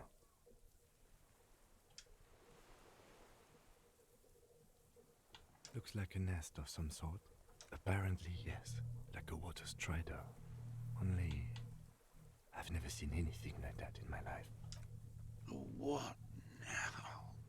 In some kind of strange, semi-catatonic state. Our suspect is not looking so good.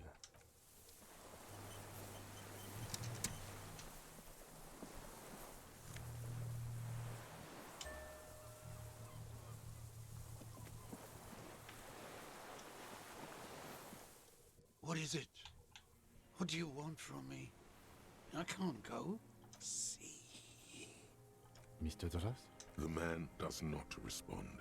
He keeps staring, black eyes glazed over and bulging from their sockets. His gap-toothed mouth shaking with fear and longing, like an addict of some terrible substance. A light shiver passes him. He's going into some kind of psychomotor immobility. The good news is, this solves our transportation problem, doesn't it, Mr. Dros? The trembling mouth appears to sigh. Between this and the broken tire he's used for a boat, I think it's safe to leave him here, while we go and get help. It will need to be medical first, I'm afraid. Old age and shock. Yes, the arrest and the appearance of the Phasmid. There's much more. Remember what it said when it spoke? That could be part of the shock. But you're right, something is off here. No response. Then how did we see it? Oh, you mean, whatever does this, does it over time? Teenagers, kids, drunks, sightings are brief, and hence not credible. But anyone who spends a long time with it. Mr. Dros, have you ever seen a stick insect pretending to be the reeds? The doctors will have to look at this. I hope your station has better medical personnel than 57. He did seem distressed when it finally came to arresting him, like he didn't want to leave this place, and the insect maybe. I have absolutely forgotten to take notes. I hope I remember all of this. He stares into the reeds.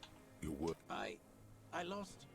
He turns his eyes to the reeds again, as he's done so many times. He lost the scope. Then it somehow made its way over there. With the help of a magpie Phasmid. This sight is a T9, Mr. Dros. Was it attached to the rifle when you made the shot? Silence. Not even a sigh. You've gotten all you will out of this poor being.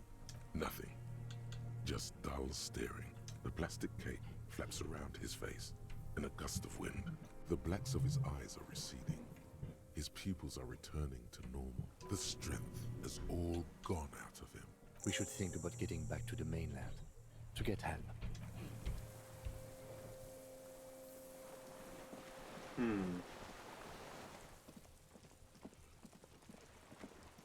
Man, that was wild. That's not where I was expecting that to go at all. What the heck? That was great.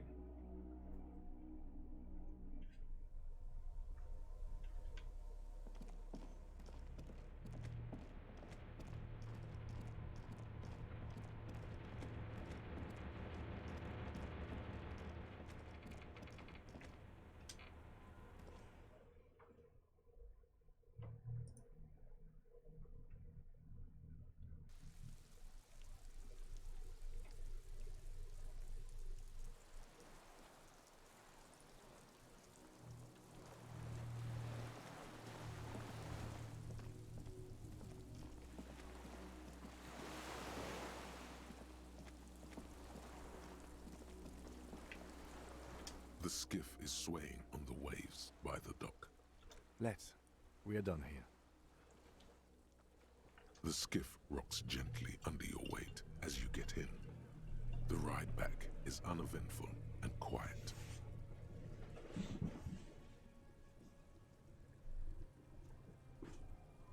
But for the sound of conversation on the water, There is someone inland waiting for you. 2 men and a woman stand on the concrete square of a nameless village, looking at a small yellow boat as it draws closer. The sea is calm. You reach the jetty and climb out of the skiff.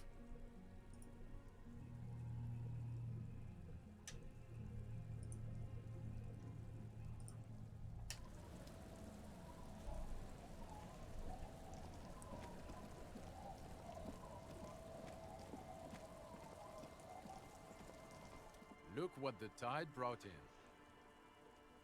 Harry, you're bleeding all over the place.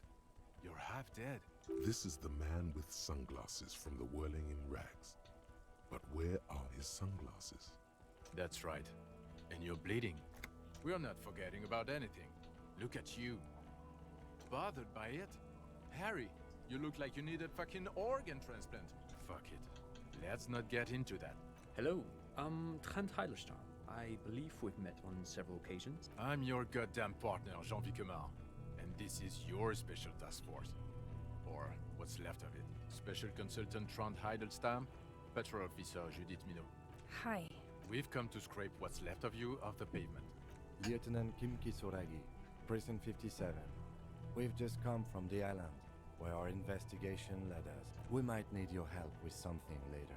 As if he recalled that he's in fact a decorated police lieutenant and not a naughty boy. But this is clearly a departmental matter, so I'm going to leave you to discuss it among yourselves. It's good to meet you, Lieutenant Kitsuhagi. Ari, we want to help you. Trent, I believe this is where you come in? This is the horse-faced woman. I don't know why you named her that, but it was beyond idiotic. You should never address her using those words again. I don't quite know what I'm doing here. I was asked to participate as an expert. I think I need to manage your expectations a little. I'm at best an enthusiast in cognitive science. My background is in something else entirely. I engage in neurology on a merely theoretical level. No, Trent. It's too late. You're part of this shit now. What have you got to say for yourself, shit kid? What does he have to say for himself? He left you to catch the bullets. The cafeteria manager you fucked over told us where you went. And people on the street helped us too, with your whereabouts. You're a legend among the drunks, Harry. A legendary local drunk. It's okay. I didn't come here to gloat or to fool you. Neither did he, actually. That's right. Worried. I'm always worried about you. Every time you don't show up to work. Or when you do, but stink. You're a worry fest. She's worried about you. I'm worried about you. Even Special Consultant Backpedal is worried about you. Yeah, Major Crimes Unit under Lieutenant Dubois and Vicomar. Ring any bells? Refresh your memory? It's a goddamn Major Crimes Unit. There's you, me, Jude, Trent fucking Heidelstamm, and Guillaume Bevy. I'm technically just a civilian advisor. Fuck you. You're part of this shit show. Oh, that's an interesting story, actually. Guillaume Bevy is a police reporter who joined our team. He was really good. Then he left, because he lost faith in your ability to lead the unit. Other people have left too. Good, smart people. People we won't get back. Only me and this really patient patrol officer are still here. And Trent, because I'm forcing him to stay. It's a Major Crimes Unit. We clear the desk of cases so Precinct 41 doesn't look like the worst station in town. We're shit here now, Harry. Because of you. They're your posse. Or what remains of it. The 41st isn't... God damn it, Harry. You told us to fuck off. You said we are cramping your style. You're detective god. Fuck everything. All we burn. Detect or die.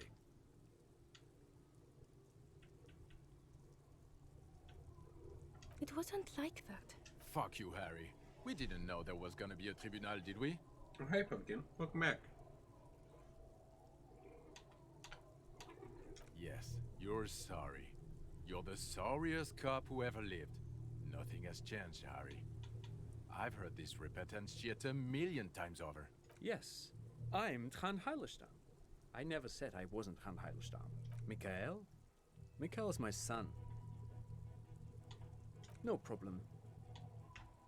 Again, I was asked to share my take on some of the more fringe academic theories developed in Königstein in the 30s. He's here to see if you're insane. He's smart. Let's move on. The bells aren't ringing because you have brain damage. Trant, this is where you come in. How bad is it? Well, he doesn't have visible tremors, he talks without slurring, he can drive a boat, he's standing, reasoning. All good signs, but complete retrograde amnesia, episodic and semantic. As displayed in the station call, our interactions with him, and I don't want to be a snitch, but also mine with him before when Harry did not seem to know who I was. It's all very interesting. Yes, interesting. I have my theories, but I would like to hear Harry's thoughts first. Harry, what do you think happened to you? Neurologically, psychologically, and why not socioeconomically? He is. He's getting better. And I can confirm that he drank a lot of alcohol prior to it happening. I do. I believe he drank. People do that, especially this one. What they don't do is forget their whole life because of drinking. But Detective Vigmer, he has blanked out before. Yes, a couple of times. After some of the more serious benders. One was after the two drunks case, the other when we looked into that mirror. Interesting. So at first he dipped his toes into it, prepared.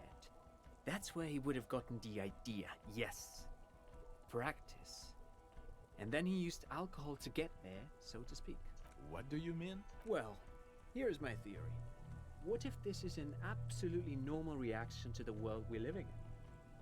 What if this is not a significant anomaly at all? Something to be explained, approached as a defect? Look at the sensory input here. Look at the ruins, the neon. Listen to the radio, the multitudes, the people. Live here for 40 years. As a police detective, he's like a magnetic reader on the world tape, to borrow a known metaphor. Harry's been pushed flat against it, hardwired to the free market. Okay, Trump, thank you. That's absolutely meaningless. I'm glad we brought you. Will he or will he not be able to work in the major crimes unit? Is he a cretin now? I want to know that. He's not a cretin, and he is able to do work. Leadership, now.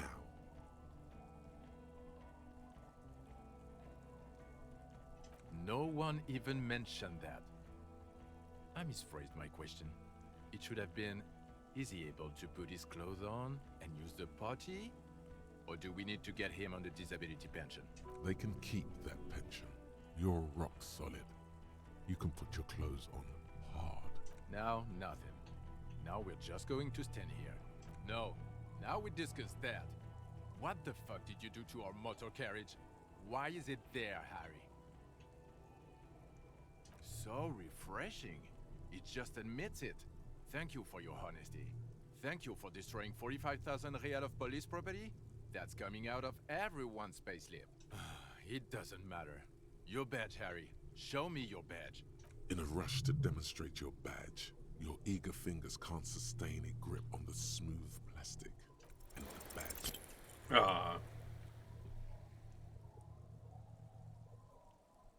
You juggle the badge for a second, unsuccessfully. He found it. He found it, Jean. It's his badge. And your gun? I don't care if you have a new gun. I only care about your old gun, your official sidearm. You lost it, didn't you? I knew it. I told you he wouldn't have it. This isn't cause for celebration. I would say it's very bad, yes. You're drunk like an asshole, Harry. Please put the stolen firearm away before you kill someone. You were never supposed to lose it in the first place. Not lost is your gun's natural state, you drunk bum. Well, you let the suspect escape. Classier something. Because you were too drunk to assess our flight risk. We've read the reports. Lieutenant Kitsuhagi's. We know. Oh, well. If she was specially trained. I'm not even gonna get into the other suspect. Or the fact that you're Evrard Claire's little peony now. Compared to the 9 people who were gunned down, the streets are literally red with blood, Harry. It was fucking mass murder. Oof. He did everything he could.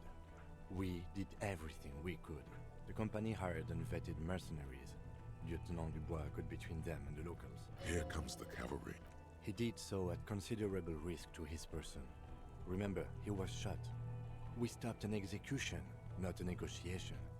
The loss of life was minimal compared to what it could have been.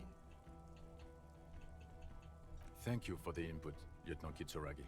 He thinks of apologizing, but decides against it. You spent the week with him on this case. What is your take? On the case? On Lieutenant Geoffrey Dubois. Well, the drinking, the gun losing, also losing the badge. That's all true. Although he has not been drinking on the job this week. See? 1 week. Then there's the self-flagellation issue. He likes to apologize, profusely, making it sound like he's guilty of at least first-degree murder. It's not a good communication strategy for an officer. It's worrying, especially considering his political views. Oh, Detective Dubois is, as you may know, a Mazovian socio-economist. He wants to liquidate the ruling class, which, again, for a police officer, is a little odd. And then there's the motor carriage in the sea, and the drugs. Yeah? Why? Amphetamine, mostly. But despite all this, he is a great detective. One of the best I've seen. Yeah, he's sitting right here. He can talk human beings into telling him everything. And he doesn't stop. In all the time I've spent with him, he has not once stopped pursuing leads, however far-fetched and tangential. He is tireless, madly driven. Well, except that one time when he stopped to sing karaoke, which, by the way, I have to disagree with you, Mr. Vicmar, was a valiant effort. He really sang his heart out. Thanks, Kim. Okay, he did something. Other than that one time, he has tirelessly worked on the case, and he solved it. We have a confession, a murder weapon, and the perpetrator, locked on the island right now, awaiting transportation. He apprehended a straggler who stayed hidden for 50 years, ever since the revolution, who's probably committed other murders over those years. Oh, and he also discovered a new species. A new species? A colossal stick insect. It was on the island, camouflaged as the reeds. It unfolded from the reeds. I think we may be dealing with the Insulindian phasmid. He takes out the photo and shows it to the officers across the yard. Rain comes down. You hear gasps beneath the howling of the wind. As you can see, it's about 3 meters tall. In fact, we think it may be the largest land invertebrate ever discovered. So as you can see, I'm a pretty okay detective and an absolutely giant communist. Fucking hell is that? Is this somehow connected to the case? The killer did not seem to be aware of the phasmid's presence, exhibiting a strange, atypical dementia. He fell into a stupor after its appearance. He became near catatonic. So it is connected. I must say, this is absolutely extraordinary. Yes, it really does make it hard to fire the drunk. This is a very, very sad man who has just seen something that's made him forget his sadness. What was that? It sounded like you set up a nightclub in the church. That's great. Anthroponaut is a great new career for you. After police officer. I don't care. Go live in the Pale. 4 kids were living in a tent on the ice. They were going to drown when it melted. It's not optimal, but the building was abandoned, so he put them in there. It's okay. It's not that okay. Get off this subject now. Female? You had to see it. It had the subdued colors of a female. Incredible. Not as far as I could see. There were other things there, though. As in cloning itself? What makes you think so? Interesting. Then it is especially vulnerable to disease.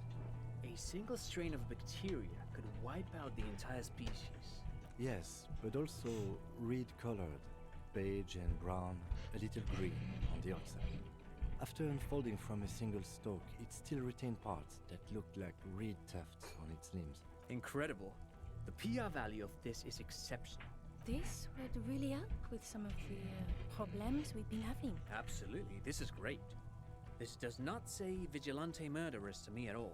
This says science, news, human interest. Without it, You're doing good here. Quit while you're ahead? Or Lilianovich. A revolutionary matronym. The custom started in Grad, where they have patronyms. Krasovich, Lasovich, etc. The revolutionaries saw this as a chauvinist atavism, so they used matronyms, derived from the mother's name instead. This man's mother was Lilian. His Lilian's son, Lilianovich. The custom was overturned after the revolution failed. So, it is what a soldier of the ICM would be called. thank you, Trant. Of course, excuse me, I just thought it was noteworthy. And it worked? Yes, until we stopped it. He saw the mercenary as an ennemi combattant. There's plenty for prosecution to pick from, as far as motive is concerned. Also, we have a sniper's nest with full view of the room in which the mercenary died, right on the island. It's a clean win. it's way more than that.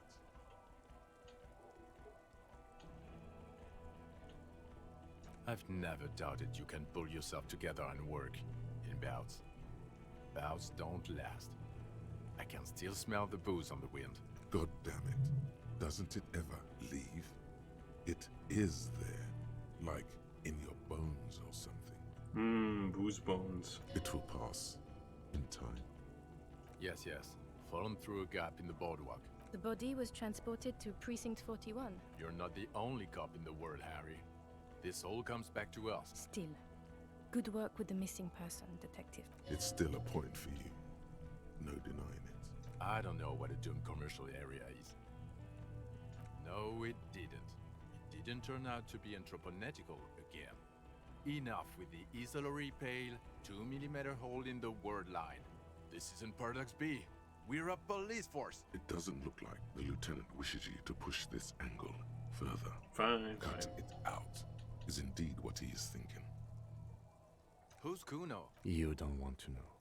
You're right, Lieutenant. I don't. You snorted the drugs. I know you did. It's alright. I mean, at this point, anything is but the drink. I don't want to, but you discovered a new species and solved the murder, so I have to. Jude? Anything that ends the trial is okay with me. You haven't been drinking, she thinks. So, maybe this time. Agreed. The public relations potential of this is too valuable to let go. Okay. We have vehicles in the square, and the perpetrator needs to be taken into custody. Now you will finally get to know who you are. The man looks westward, impatiently, jingling his car keys in his pocket. Who are you? You're a gym teacher, Harry. Well, obviously you're not a gym teacher anymore, but... Before you were a cop, you were a gym teacher in Coron. It's getting really cold outside. Harry, it explains everything. The running around, the jumping, the bicep girth, your inexplicable facial hair, your love of retro-style dance music, how you're able to perform a 360-degree spin kick. The incredible stamina output. Also, this guy. Just everything about this guy. Yes, you Tao Gym in Coron. I believe that's the term. Tao Gym at a high school. The smell of sweat and glue. The worn floorboards. High school. Harry, your goings-on with Kuno, Andre, Acel, the whole thing on the ice. That's why you are so juvie. His smirk suggests barely contained laughter. I knew it. I knew no normal human being can run like that. It's not a mystery. Some chick fucked you over. Also, you were drunk. You really went with it too. Really maximized the damage. Yeah. Dora Ingelund, I think. Not Dora Dubois. No one is married anymore. This is Revachol. God, I don't know. 6 years ago? She was way before my time. 6 years and you haven't gotten over it. What the hell is wrong with you? No, it was 6. Like ancient. It's an old man thing. 2 old years equals 1 normal year. Oof, that's a mood. Dora Ingelund really tore you a new one. Incredibly bangable. Extremely fuckable, Harry. Gorgeous. A gorgeous bourgeois woman. Wayfish. Like a welcome, basically. Heartbreak, welcome. Pain, welcome. I've only seen a picture, but it's obvious you formed a real spiritual connection with how pretty she was. Oh dear. One you never recuperated from. Look, the sun is about to go down. I think she taught in the Académie des Arts, east of the river. Way east. My point is, you need to see a psychiatrist about this shit, not a psychologist. No. You're too unstable to work for my boss. You're suicidal, Harry. I assure you, I wouldn't consult for a corrupt unit. I told you it's not that bad. Us? We're the bloody murder station. Haven't you heard? We're the bad guys. No one likes us. That's not true. Jamrock is too big for one precinct. You're just understaffed, and everyone respects the 41st. Thank you, Lieutenant. You're being kind. It is an understaffed station, and the district is too big, which is why we need to... Get back to it. We left Torson and McLean to run the Sea Wing. It's not good. Mac the Torso Torson and Chester McLean. They're not fit to run a wing. Believe me. Things are shaky as it is. God. There are 4 wings, Harry. A, B, C, and D. We're in C. It's made of losers and clock punchers. You and I reconceptualized it as a task force. There's also a lot of outside help involved, not only me. Other losers too. Oh, good. He's anything but a loser. Although Ptolemy Price? He's the son of the old Price, one of the founders of the RCM. He's one of the most highly regarded men in the force. You're lucky. somewhere under the curved roof of a former silk factory shaped like a ladybird with 2 chimneys, Police Captain Ptolemy Price sits behind a heavy wooden desk.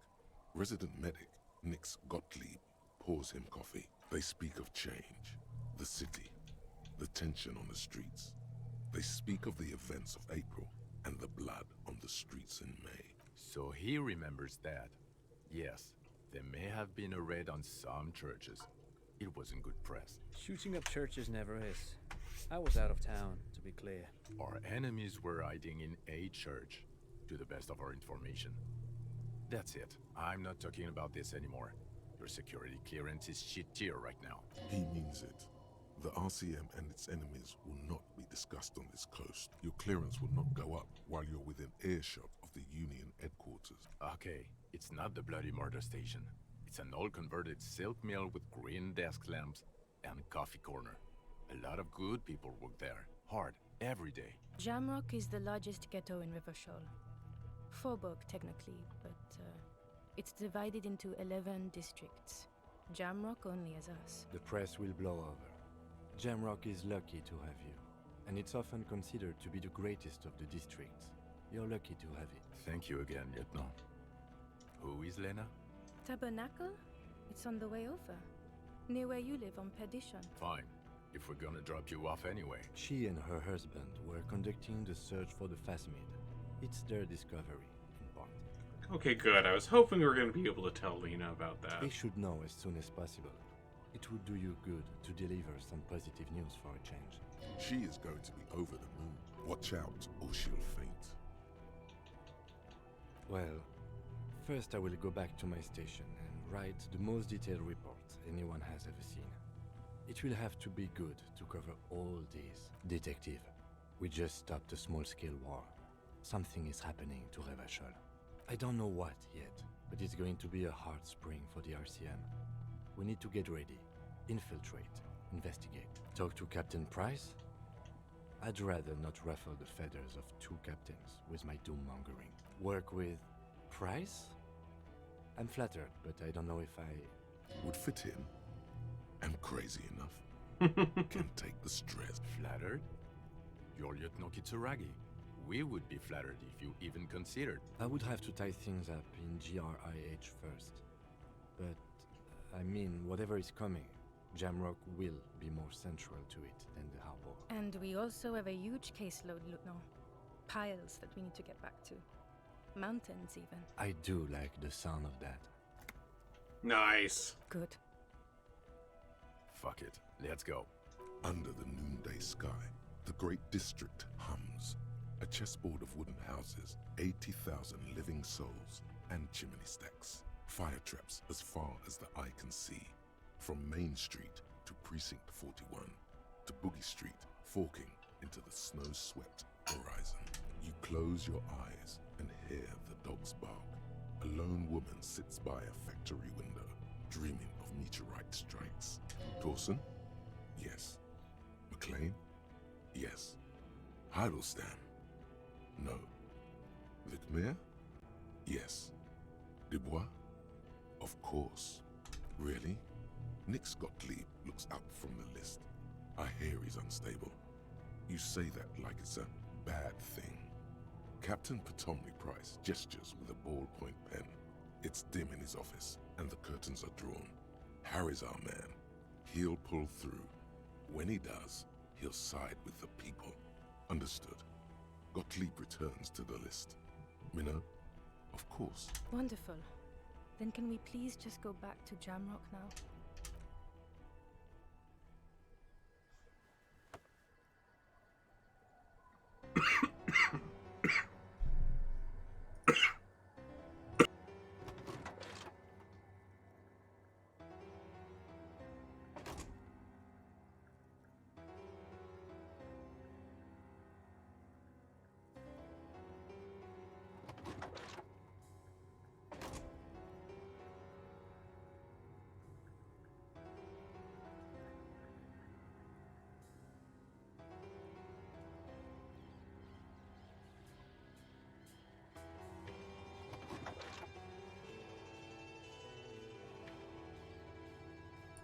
I think it, I think it spawned us in the wrong spot.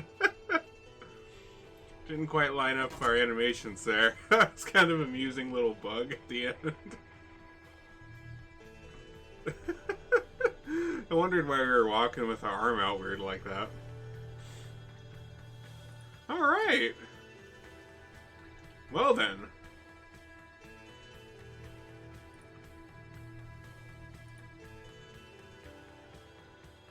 That was Disco Elysium. What an interesting game. Like, overall, fantastic. Fantastic game. Like, I know I said this I think the other day when I was streaming, there's like a couple like small things with like some of the systems that like I think would have been a little nicer, but aside from those little small system things, like the writing, like the voice acting, the art, like all of it, a very interesting experience. I feel like I've seen somewhere that they may do more like this. I don't know if like set in the same universe they've made here, because it's obviously kind of like an alter Earth type scenario. But I feel like I've seen some articles that they might be doing some more with this in the future, or more like this kind of RPG. Because like we don't really get a lot of games like this. Like like a lot of people compare this to Planescape Torment, which came out a long time ago. I think that was like 15, maybe 20 years ago even. I can't remember when Planescape came out. It's pretty old though. But yeah, RPG games like that are just like really, really well written. Because it takes a lot of work to write like that. I mean, you heard all those lines. Like, that was some damn good writing.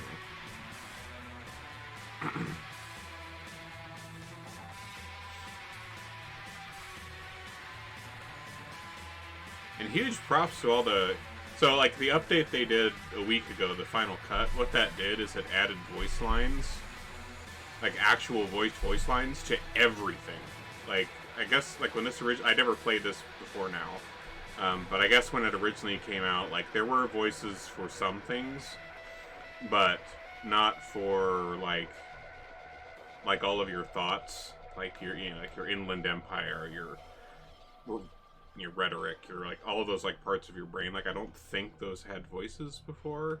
It was just like some of the I think like the characters had voices. Like, I think Kitsuragi probably did, the NPCs and things like that. But they went through and like added voice acting for like every fucking line in the game, which that was a really wordy game. That's a lot of voice acting they had to get through. Oh, here we go. Final Cut voice acting.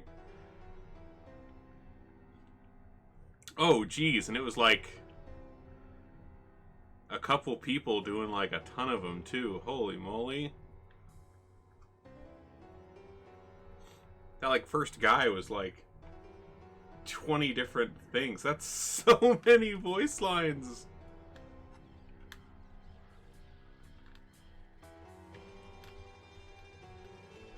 Gary the crypto fascist.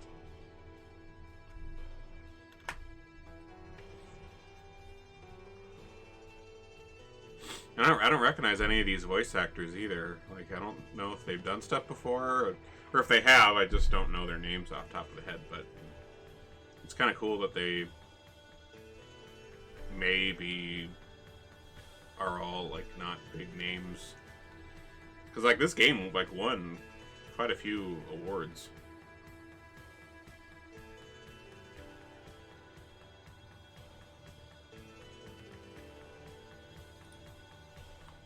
Let's see. Well, this is running here. Let me see. Who is on right now? Oh yeah, Quick's doing Pathfinder tonight. Alright, we'll get it set up to raid him. Whew.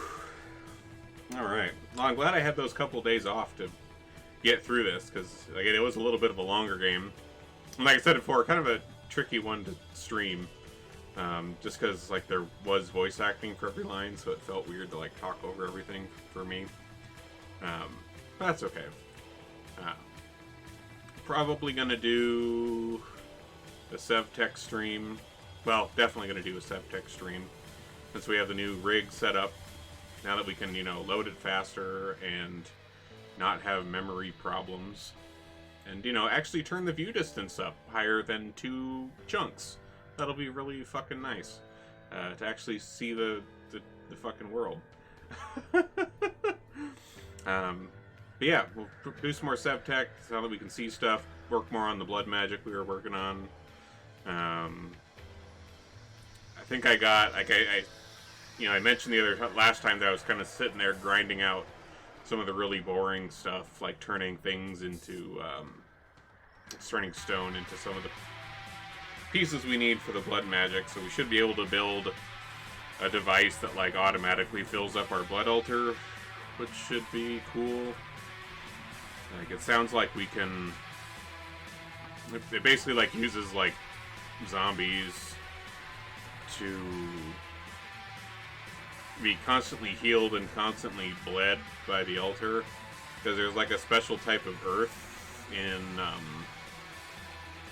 what is it? Tinker's construct that like heals undead things that stand on it, and so you like trap a zombie,